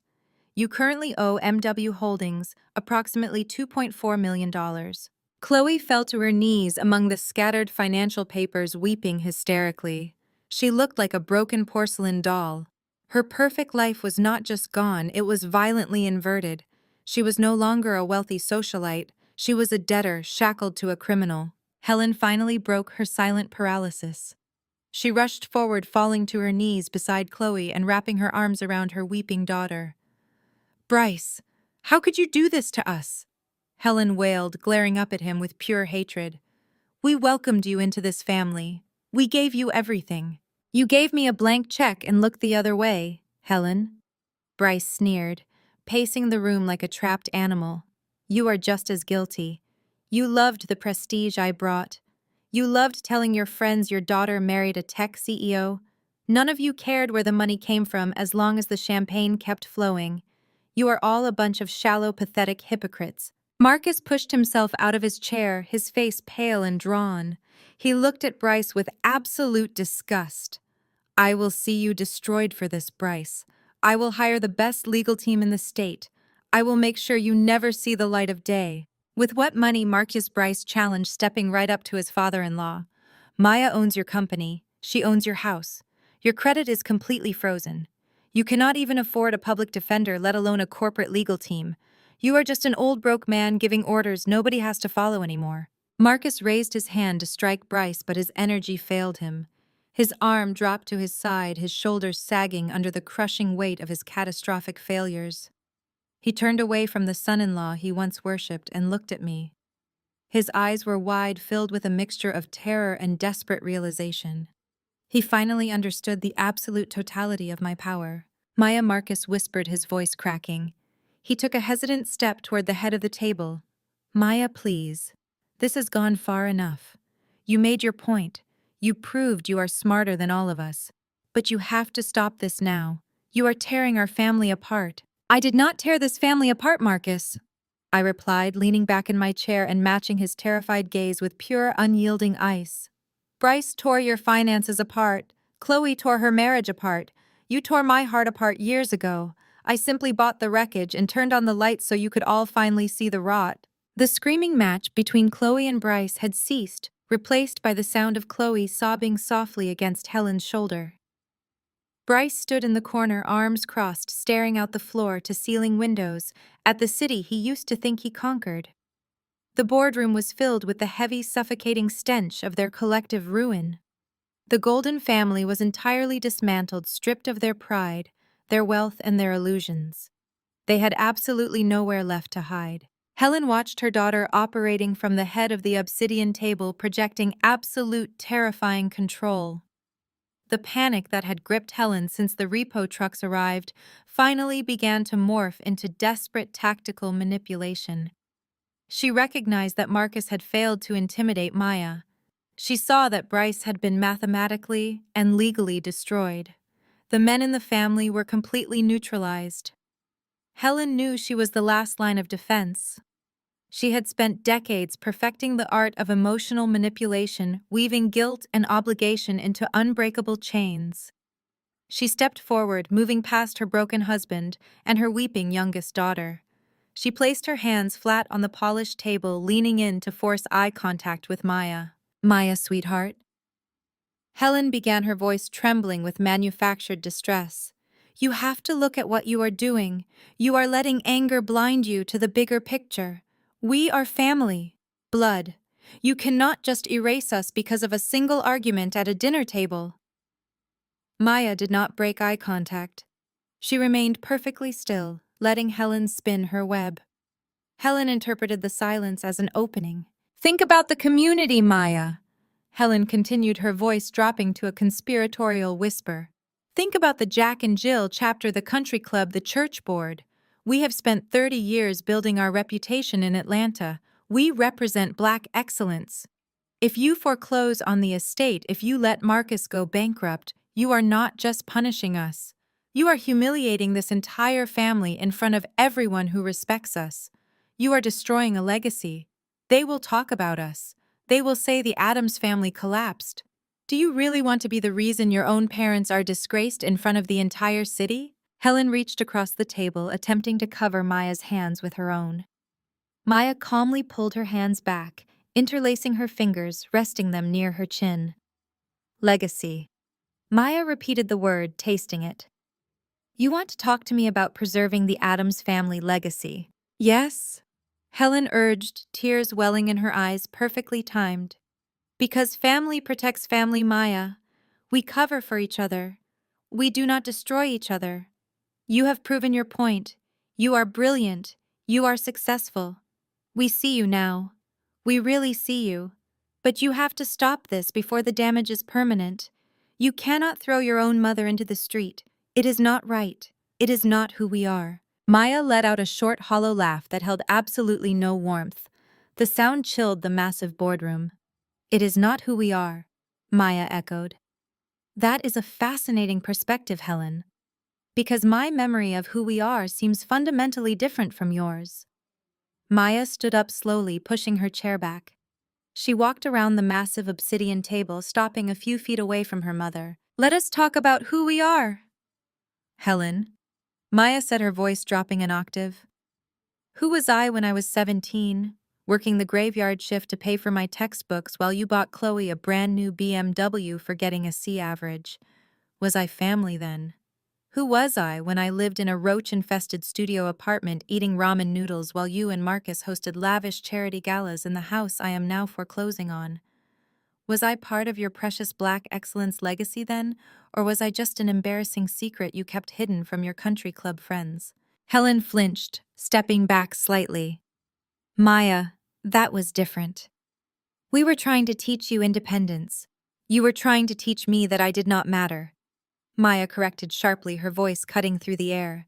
And you almost succeeded. But let us skip the ancient history and focus on recent events. Let us talk about who we were last night. Maya took another step forward, closing the distance.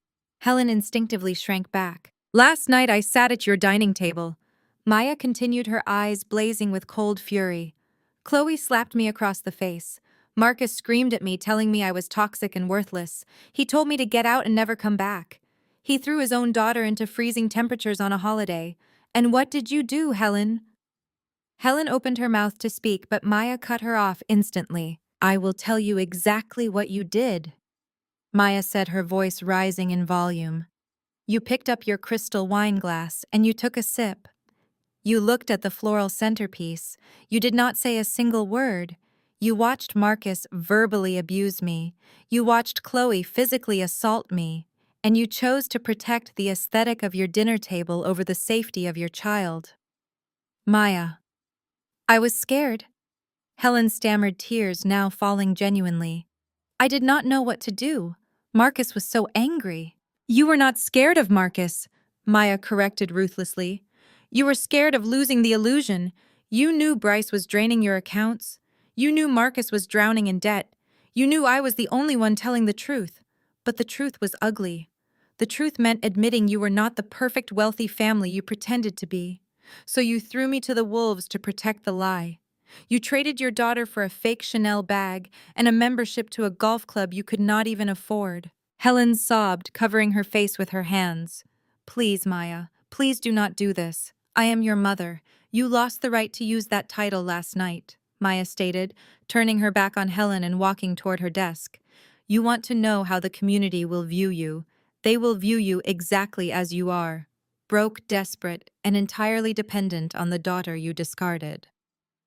Maya picked up her tablet, tapping the screen to bring up the execution timeline. The repossession of the vehicles is complete, Maya announced, addressing the entire room.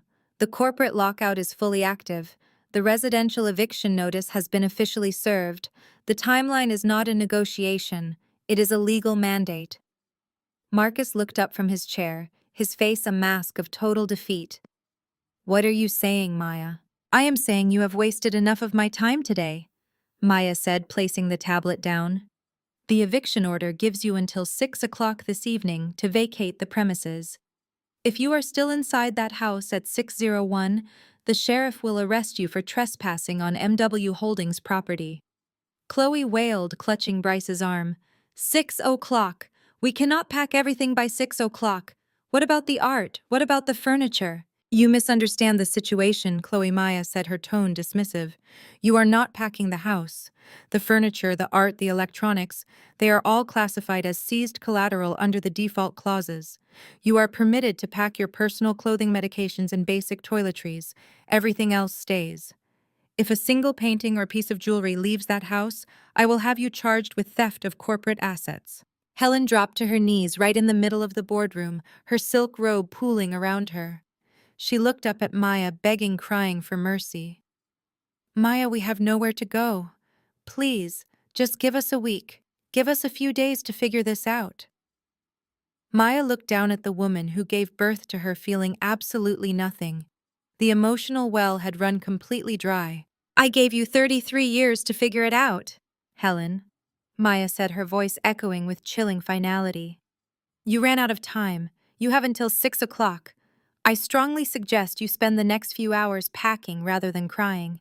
Now get out of my office and never come back. The elevator ride down from the 70th floor was a silent tomb. Marcus, Helen, Bryce, and Chloe stood completely rigid, the atmospheric pressure popping in their ears, a physical reminder of their rapid descent. When they stumbled out into the cold Atlanta afternoon, the reality of the ticking clock hit them. They had less than 4 hours to pack their lives into whatever bags they could carry. The drive back to the estate was a chaotic, lawless race against time. When they arrived, the sheriff cruiser was parked precisely at the end of the driveway, the officer leaning against the hood with his arms crossed. Inside the mansion, the frantic scramble was pathetic. Chloe dragged designer luggage from her closet, stuffing it haphazardly with whatever clothes she could grab, weeping, as she bypassed the heavy jewelry boxes and original artwork she was legally forbidden to touch. Bryce moved like a zombie, tossing wrinkled suits into a duffel bag, his mind completely broken by the sheer velocity of his ruin. Helen wandered the halls in a daze, clutching a single framed photograph of her perfect family, entirely unable to comprehend that she was leaving this house for the very last time. At exactly 6 o'clock, the heavy oak doors were locked from the outside. The sheriff placed the official foreclosure seal across the threshold. The Adams family stood on the frozen sidewalk, shivering in the biting wind, staring at the massive brick fortress that no longer belonged to them. Their entire existence was now crammed into the trunk and back seat of Helen's aging backup sedan. Bryce rubbed his hands together, his breath pluming in the freezing air. "What do we do now?" he asked, his voice shaking. "We have no money. We have no hotel. We are literally homeless." Marcus straightened his shoulders, his jaw tightening with a dangerous, delusional resolve. "We are not homeless," Marcus declared, his eyes burning with a desperate, manic light. "We are experiencing a temporary liquidity crisis.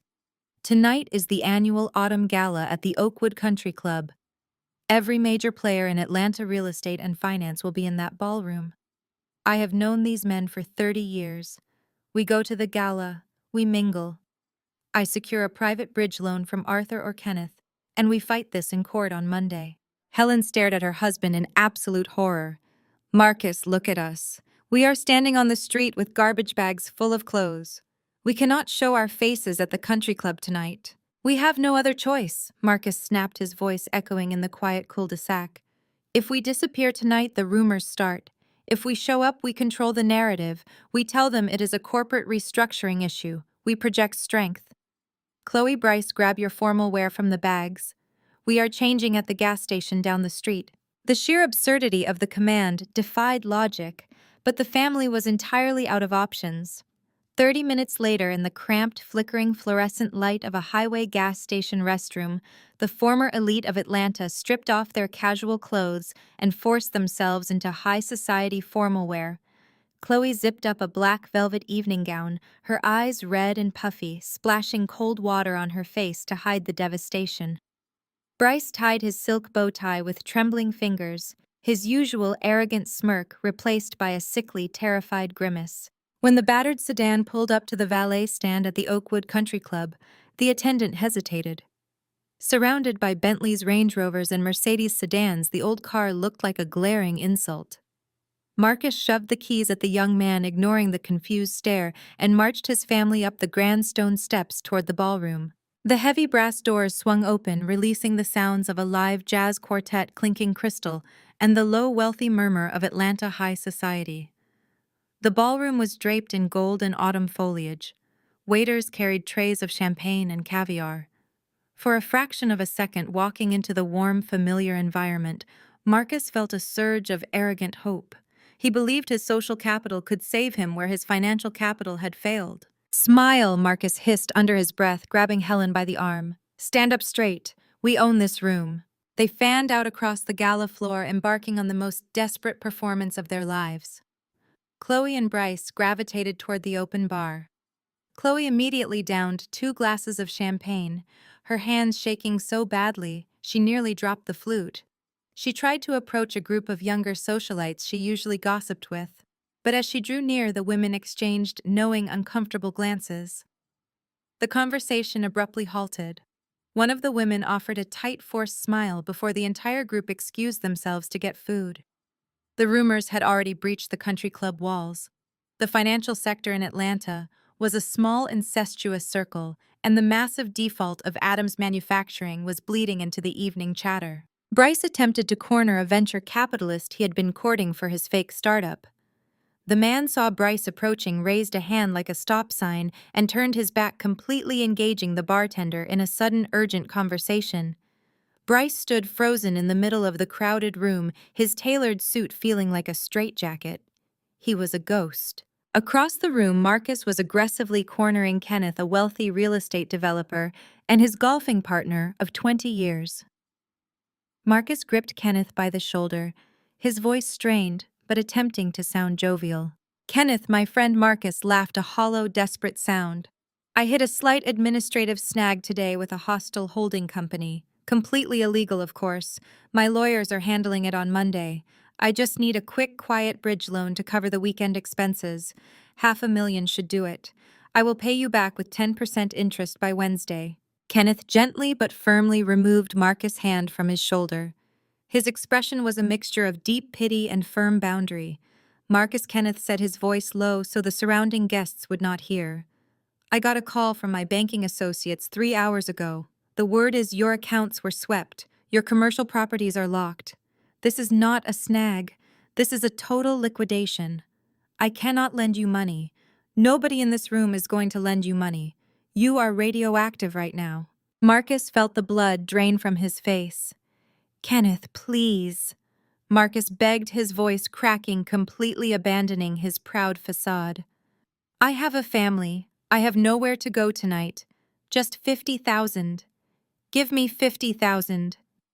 Kenneth took a step backward, shaking his head. I am sorry, Marcus. You need to leave. You are making a scene. Kenneth turned and walked away, leaving Marcus standing completely alone near the ice sculpture. The jazz music swelled, cheerful and bright, sharply contrasting the suffocating panic gripping Marcus' chest.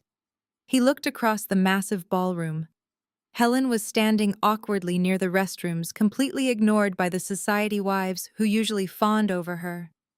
Chloe was crying openly at the bar, while Bryce stared blankly at the floor. The country club was supposed to be their sanctuary, their ultimate safety net.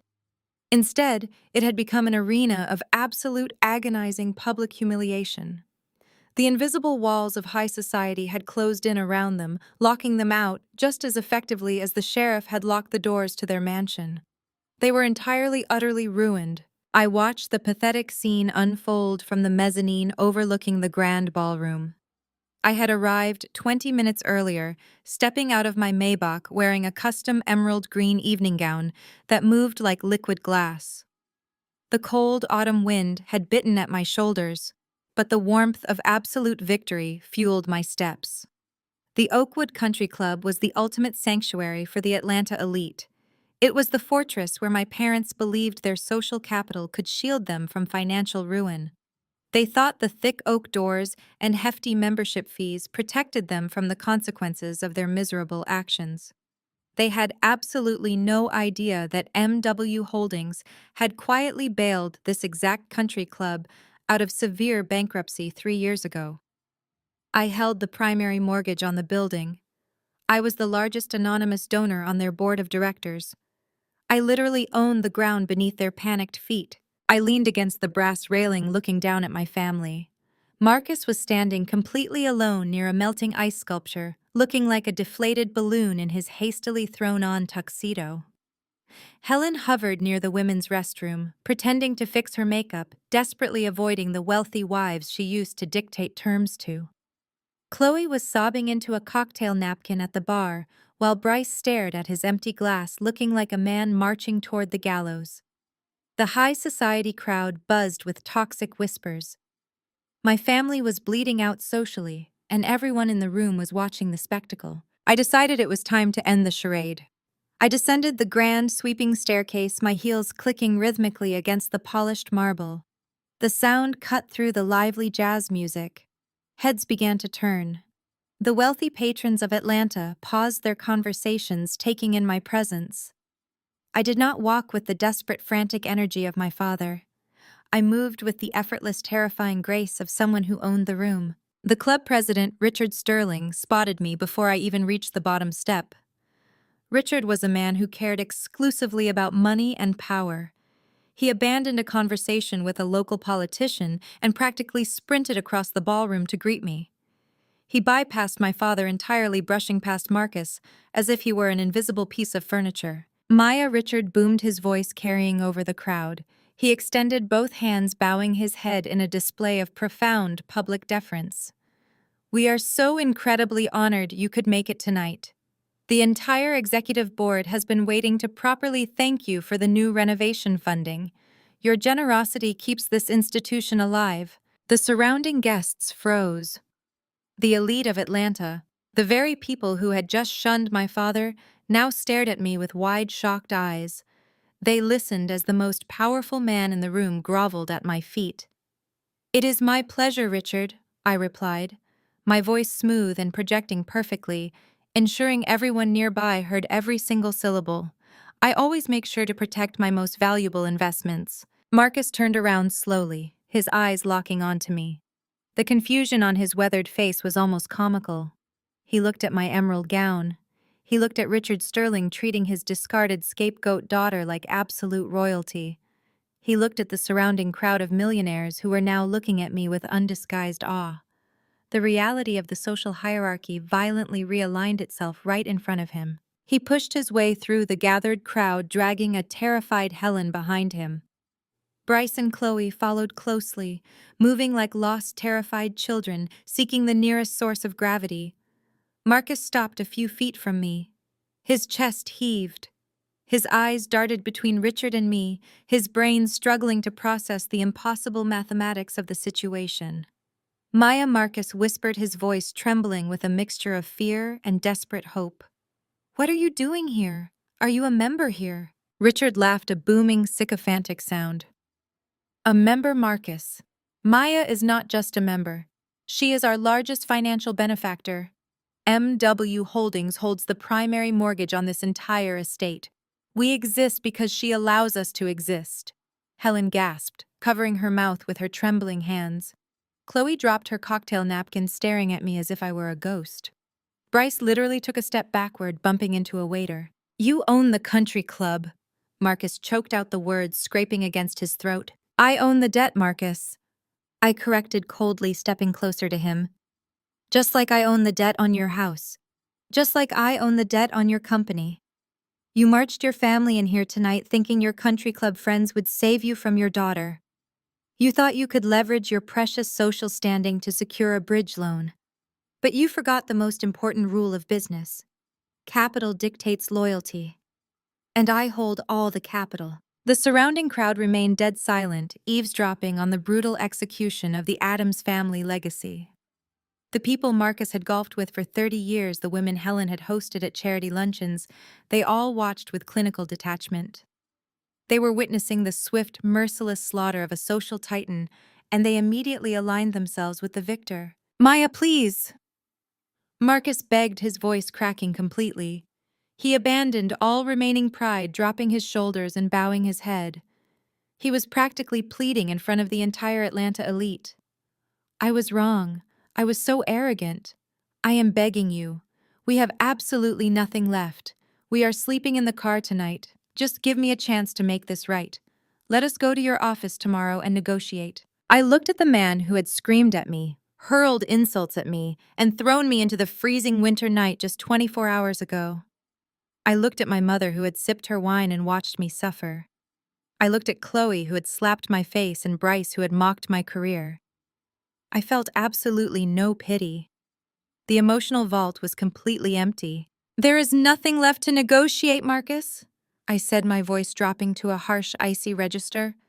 "You told me that I was toxic. You told me that I brought no value to your life. You looked me in the eyes and commanded me to get out and never come back." I took a step back, breaking the invisible tether that had bound me to this family for 33 years. "I am simply honoring your request as the head of the household," I declared, turning my back on him. "I am never coming back. Enjoy the rest of the gala, Marcus. It is the last time you will ever be allowed inside this building." I gestured to Richard Sterling, who immediately snapped his fingers, summoning the club's security team. The guards moved in quickly, surrounding my parents, my sister, and her fraudulent husband. The ultimate sanctuary had officially rejected them. They were being publicly escorted out of the only world they ever cared about, humiliated, in front of everyone they ever wanted to impress. The checkmate was absolute and irreversible. The music abruptly stopped. The lively chatter of the ballroom died instantly, replaced by a sudden chilling silence. Through the heavy brass doors of the Oakwood Country Club, a dozen men and women in dark windbreakers marched into the grand hall. They moved with absolute synchronized authority. Emblazoned across their backs in stark yellow lettering were the initials FBI and SEC. Richard Sterling. The club president stepped back from me, his eyes widening in shock. The wealthy patrons parted like the Red Sea, pressing themselves against the gold-draped walls, desperate to distance themselves from whatever disaster was unfolding. The lead agent, a tall man with a stern face and a clipboard, scanned the frozen crowd. His eyes locked onto the pathetic group huddled near the center of the room. Bryce Thornton, the agent, called out, his voice booming across the silent ballroom. Bryce physically recoiled, bumping into a waiter holding a tray of champagne flutes. The crystal shattered against the marble floor, the sharp sound echoing like a gunshot. He looked around wildly, his eyes darting toward the exits, but federal agents had already secured every door. Bryce Thornton, the agent repeated, closing the distance rapidly. You are under arrest for multiple counts of wire fraud, securities fraud, and interstate financial manipulation. Two agents flanked Bryce, grabbing his arms and swiftly spinning him around. The cold metallic click of handcuffs echoed in the dead silent room. Bryce didn't fight. He didn't scream his usual arrogant threats. The hollow shell of the man simply collapsed, his legs giving out as the agents dragged him toward the exit. Chloe screamed a raw, terrifying sound that tore through the ballroom. She lunged forward, grabbing the sleeve of the lead agent, her velvet gown twisting awkwardly around her legs. "You can't do this!" she shrieked, tears streaming down her face, ruining her perfect makeup. "He is a CEO! He is building an empire! You have the wrong person." The agent gently but firmly detached her hand from his jacket. "Ma'am, your husband has been running a multi-million-dollar Ponzi scheme. The warrants are signed. I suggest you contact a criminal defense attorney immediately." Chloe stumbled backward, falling into Helen's arms. The golden couple, the envy of the Atlanta elite, was publicly humiliatingly destroyed. The whispers in the room erupted into a deafening roar. Cell phones were pulled out. The social slaughter was being documented, recorded, and broadcasted to the entire world. Marcus stood paralyzed, watching the agents drag his son-in-law out of the building. The magnitude of his failure crashed down on him with the weight of a collapsing skyscraper. He had sacrificed his successful daughter, his company, and his home to protect a criminal who was now leaving in handcuffs. He turned slowly, his eyes finding me standing on the staircase looking down at the wreckage. The arrogant, controlling patriarch was gone. The man who stood before me was broken, stripped of every illusion he had ever held. He took a step toward the stairs, his knees visibly shaking. The crowd watched in morbid fascination as Marcus Adams, the man who had bragged about his wealth and status for 30 years, approached the daughter he had discarded. He didn't stop at the bottom step. He didn't offer a proud, conditional apology. Marcus's legs buckled. He dropped to his knees on the polished marble floor right in front of the entire Atlanta elite. "Maya," he whispered, his voice cracking, tears streaming down his face. "Please." The room gasped. Helen covered her mouth, her eyes wide with horror as she watched her husband grovel. Chloe stopped crying, staring at her father on his knees. "I beg of you." Marcus choked out his hands, reaching out toward the bottom step, as if trying to grasp a lifeline that was already out of reach. "I was wrong. I was so arrogant. I am so sorry. Please, Maya. We have nothing. We have nowhere to go. You are my daughter. You have to save us." I stood perfectly still, looking down at the man who had terrorized my childhood and dismissed my adulthood. I looked at the crowd, the wealthy friends he had tried to impress, now watching his ultimate degradation. I felt absolutely no satisfaction. I felt no triumph. I just felt an overwhelming, profound emptiness. I slowly descended the remaining stairs, stopping just inches from where Marcus knelt. The entire ballroom held its breath, waiting for my response. I looked at Marcus, his face pale and streaked with tears, his eyes pleading for salvation. "You told me I was toxic, Marcus," I said, my voice echoing clearly across the silent room. "You told me I brought no value to your life. You told me to get out and never come back." I crouched down slightly, ensuring my words were meant only for him, but loud enough for the closest spectators to hear. "I am not punishing you, Marcus," I whispered, my voice cold and hard as the marble floor. "I am simply honoring your request as the head of the household." I stood up straight, turning my back on him. "I am never coming back." I walked toward the brass doors, the crowd parting for me once again. I didn't look back. I didn't need to. The Addams family legacy was dead, buried under the crushing weight of their own arrogance. The checkmate was absolute and the game was finally over. 6 months passed. The bitter autumn chill had long since given way to the suffocating heat of an Atlanta summer, but the cold reality of the Addams family's new life remained unchanged. The sprawling mansion on the hill, the cornerstone of Marcus's ego, had been auctioned off in early spring.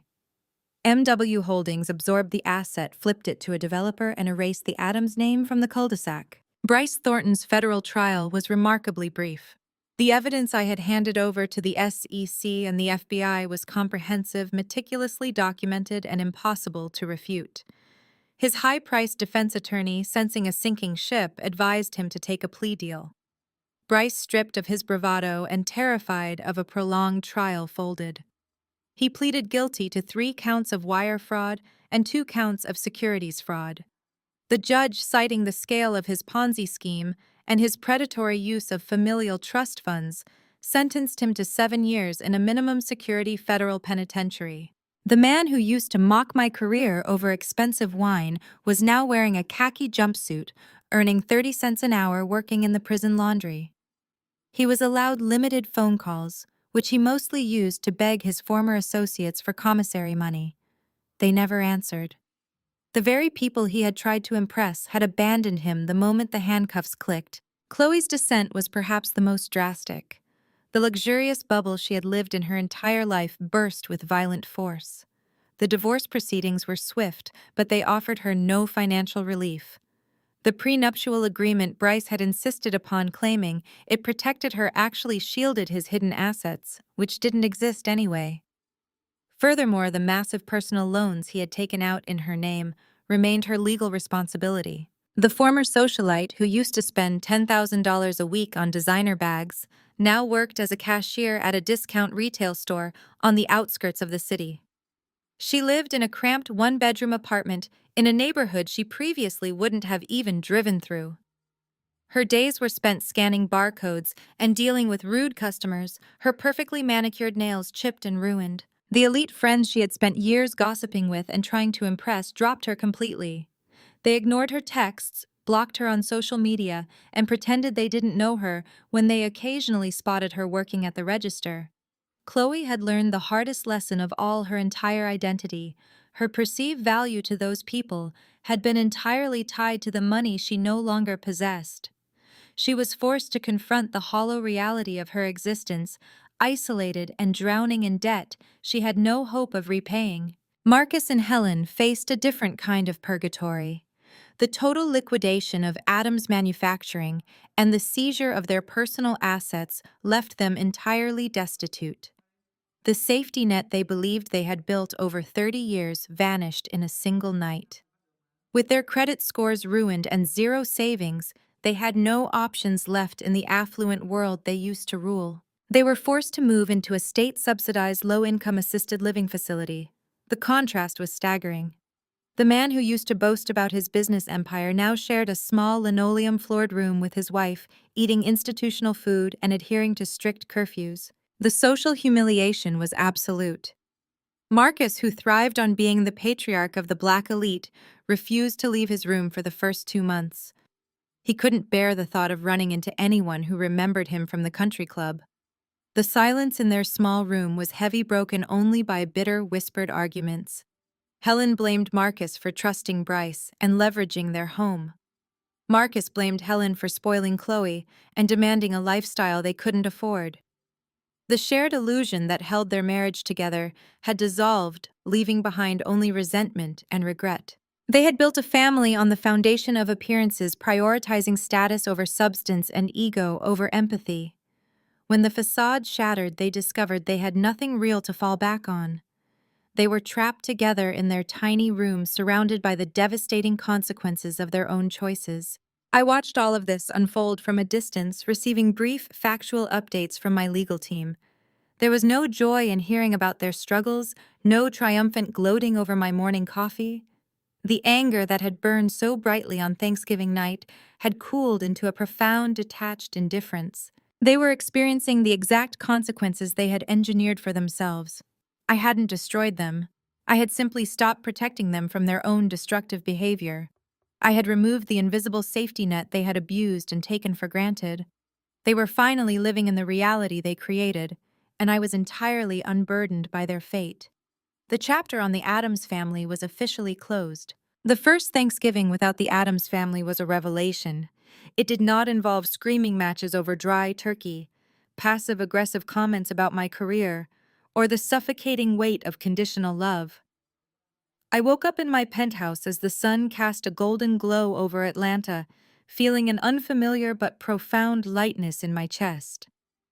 The calendar marked the anniversary of my expulsion from their lives, but I did not treat it as a day of mourning. It was a day of absolute quiet victory. I spent the morning reviewing the final disbursement reports from the MW Holdings philanthropic division. The liquidation of the Addams estate and Bryce's fraudulent companies had yielded a significant capital surplus. I did not absorb that money into my personal accounts. I considered it tainted, built on lies and exploitation. Instead, I funneled every single liquidated dollar into a newly established trust, the MW Scholars Initiative. The initiative was specifically designed to fully fund tuition, housing, and living expenses for 50 young Black women attending historically Black colleges and universities across the country. I prioritized applicants who demonstrated exceptional aptitude in finance technology and business management, the exact fields my father had claimed were too complex for me. I read their application essays, seeing reflections of my younger self in their determination and their struggles to pay for textbooks while working late-night shifts. My legal team ensured the trust was ironclad. It operated completely independently of MW Holdings, managed by a board of diverse, accomplished women. The Addams family legacy, which Marcus had tried so desperately to preserve through arrogance and debt, was now permanently funding the education of brilliant young women who would go on to build their own genuine debt-free empires. I had taken the very foundation of their toxic privilege and weaponized it for good. The irony was not lost on me, and it brought a deep, satisfying peace. By late afternoon, my penthouse was filled with the sounds of genuine laughter and the rich aromas of a catered holiday feast. I had invited my chosen family, the people who respected me, supported me, and saw my value long before I became a billionaire CEO. Elena, my brilliant COO, arrived with her partner bringing a rare bottle of vintage wine. Thomas, my driver, and his family were seated comfortably in the main dining area. The lawyers, accountants, and key executives who had stood by me during the brutal liquidation process mingled easily, sharing stories and celebrating our collective success. There was no tension. There was no desperate need to perform or impress. I wore a comfortable tailored jumpsuit, moving through the crowd without the constant gnawing anxiety that used to plague me at Marcus and Helen's dinner parties. I wasn't waiting for the inevitable insult. I wasn't bracing for a slap. I was simply present, surrounded by people who recognized my worth and treated me as an equal. As we gathered around the massive obsidian table, the same table where I had dismantled Bryce and Chloe 6 months prior, I looked at the faces of my team. Elena raised her glass, the crystal catching the ambient light. "To Maya," she said, her voice carrying clearly across the room. "To the strongest, sharpest, and most resilient leader I have ever had the privilege to work with. You taught us all what it means to stand your ground." A chorus of agreement echoed around the table, Glasses clinked in a genuine, heartfelt toast. I took a sip of my wine, the vintage far superior to the cheap bottles Marcus used to serve while bragging about his wealth. I smiled, feeling a profound sense of gratitude. This was what real wealth looked like. Not luxury cars bought on credit, not mansions leveraged to the breaking point, but the ability to surround yourself with loyalty, competence, and mutual respect. The evening progressed flawlessly. We did not discuss the Addams family. Their names were not spoken, their current miseries not gloated over. They had simply ceased to be relevant to my existence. They were a closed chapter, a harsh lesson learned, and a debt paid in full. I had reclaimed my narrative, and in doing so, I had erased their power completely. Later that night, after the guests had departed, and the penthouse was quiet once again, I walked out onto the expansive glass balcony. The city lights of Atlanta sprawled beneath me, a vibrant, pulsing grid of endless possibilities. The cold November wind whipped my hair around my face, but I didn't feel the chill.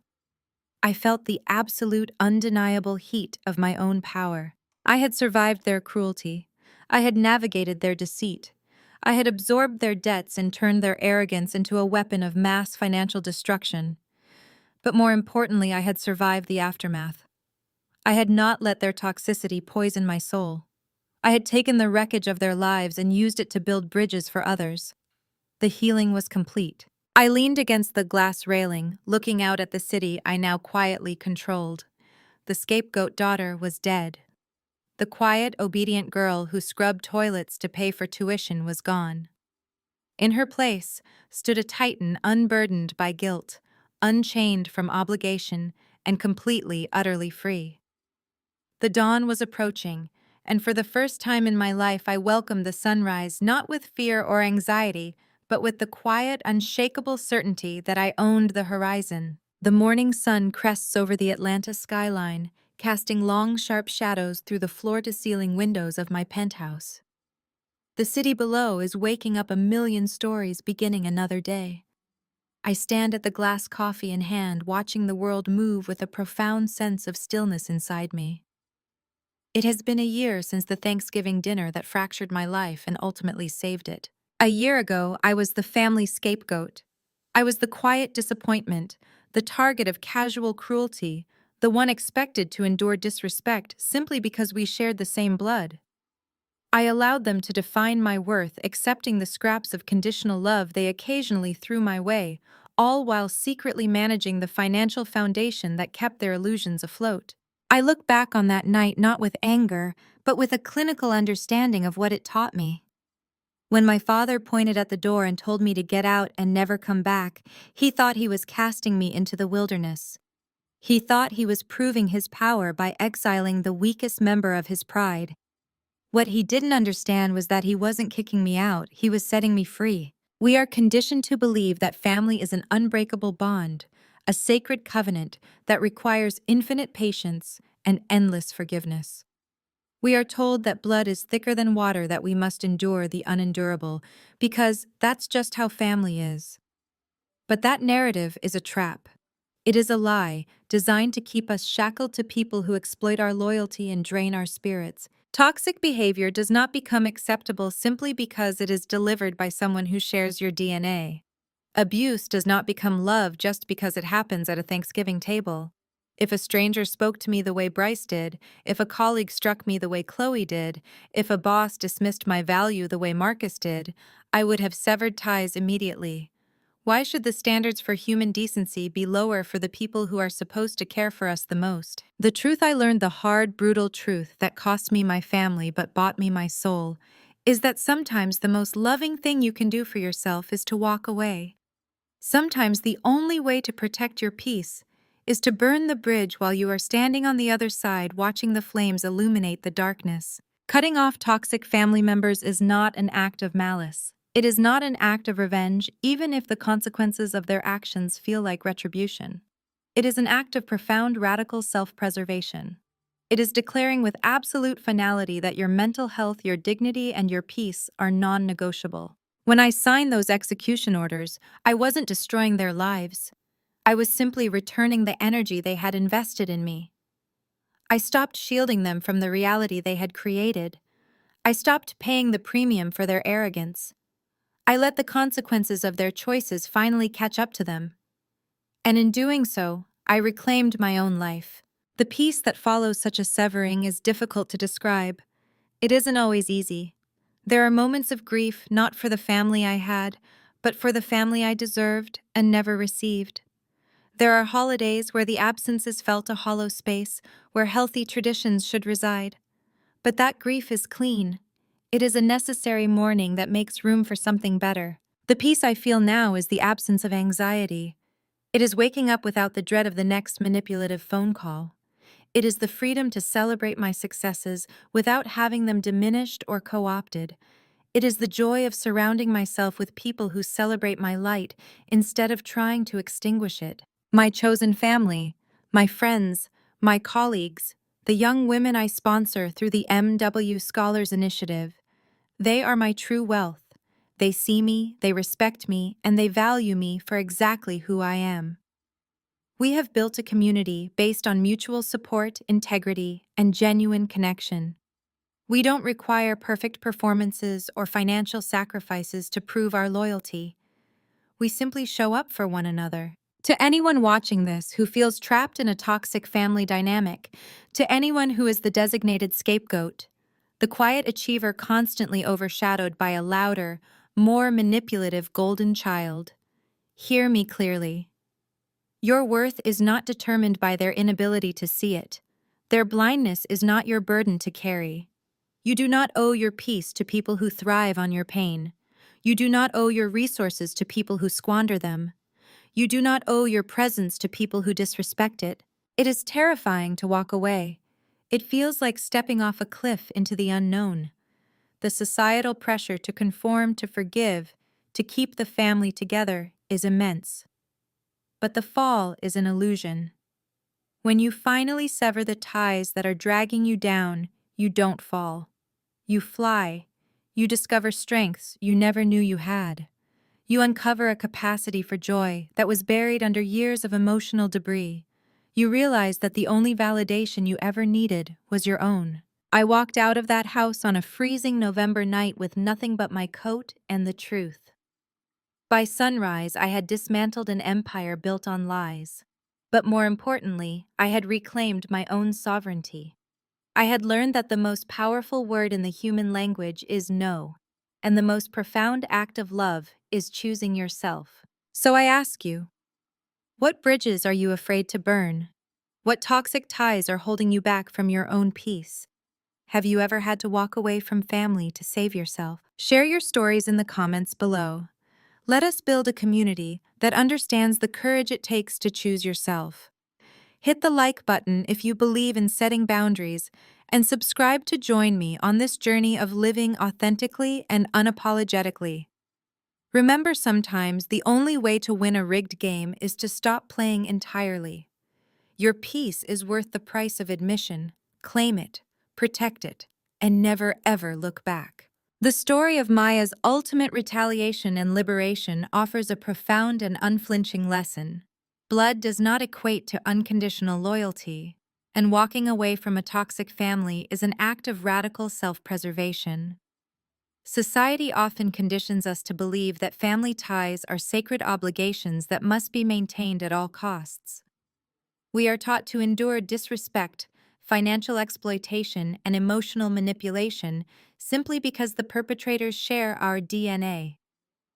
However, Maya's journey shatters this dangerous illusion, proving that tolerating abuse in the name of a fake family legacy only destroys your own peace. The most striking takeaway from this narrative is that establishing firm boundaries, even absolute final ones, is not an act of malice.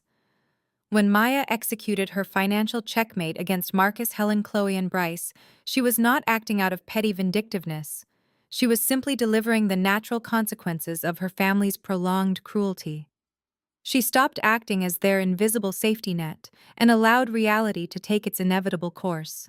Her story teaches us that our true worth is never determined by the people who continually choose to misunderstand, belittle, or exploit us.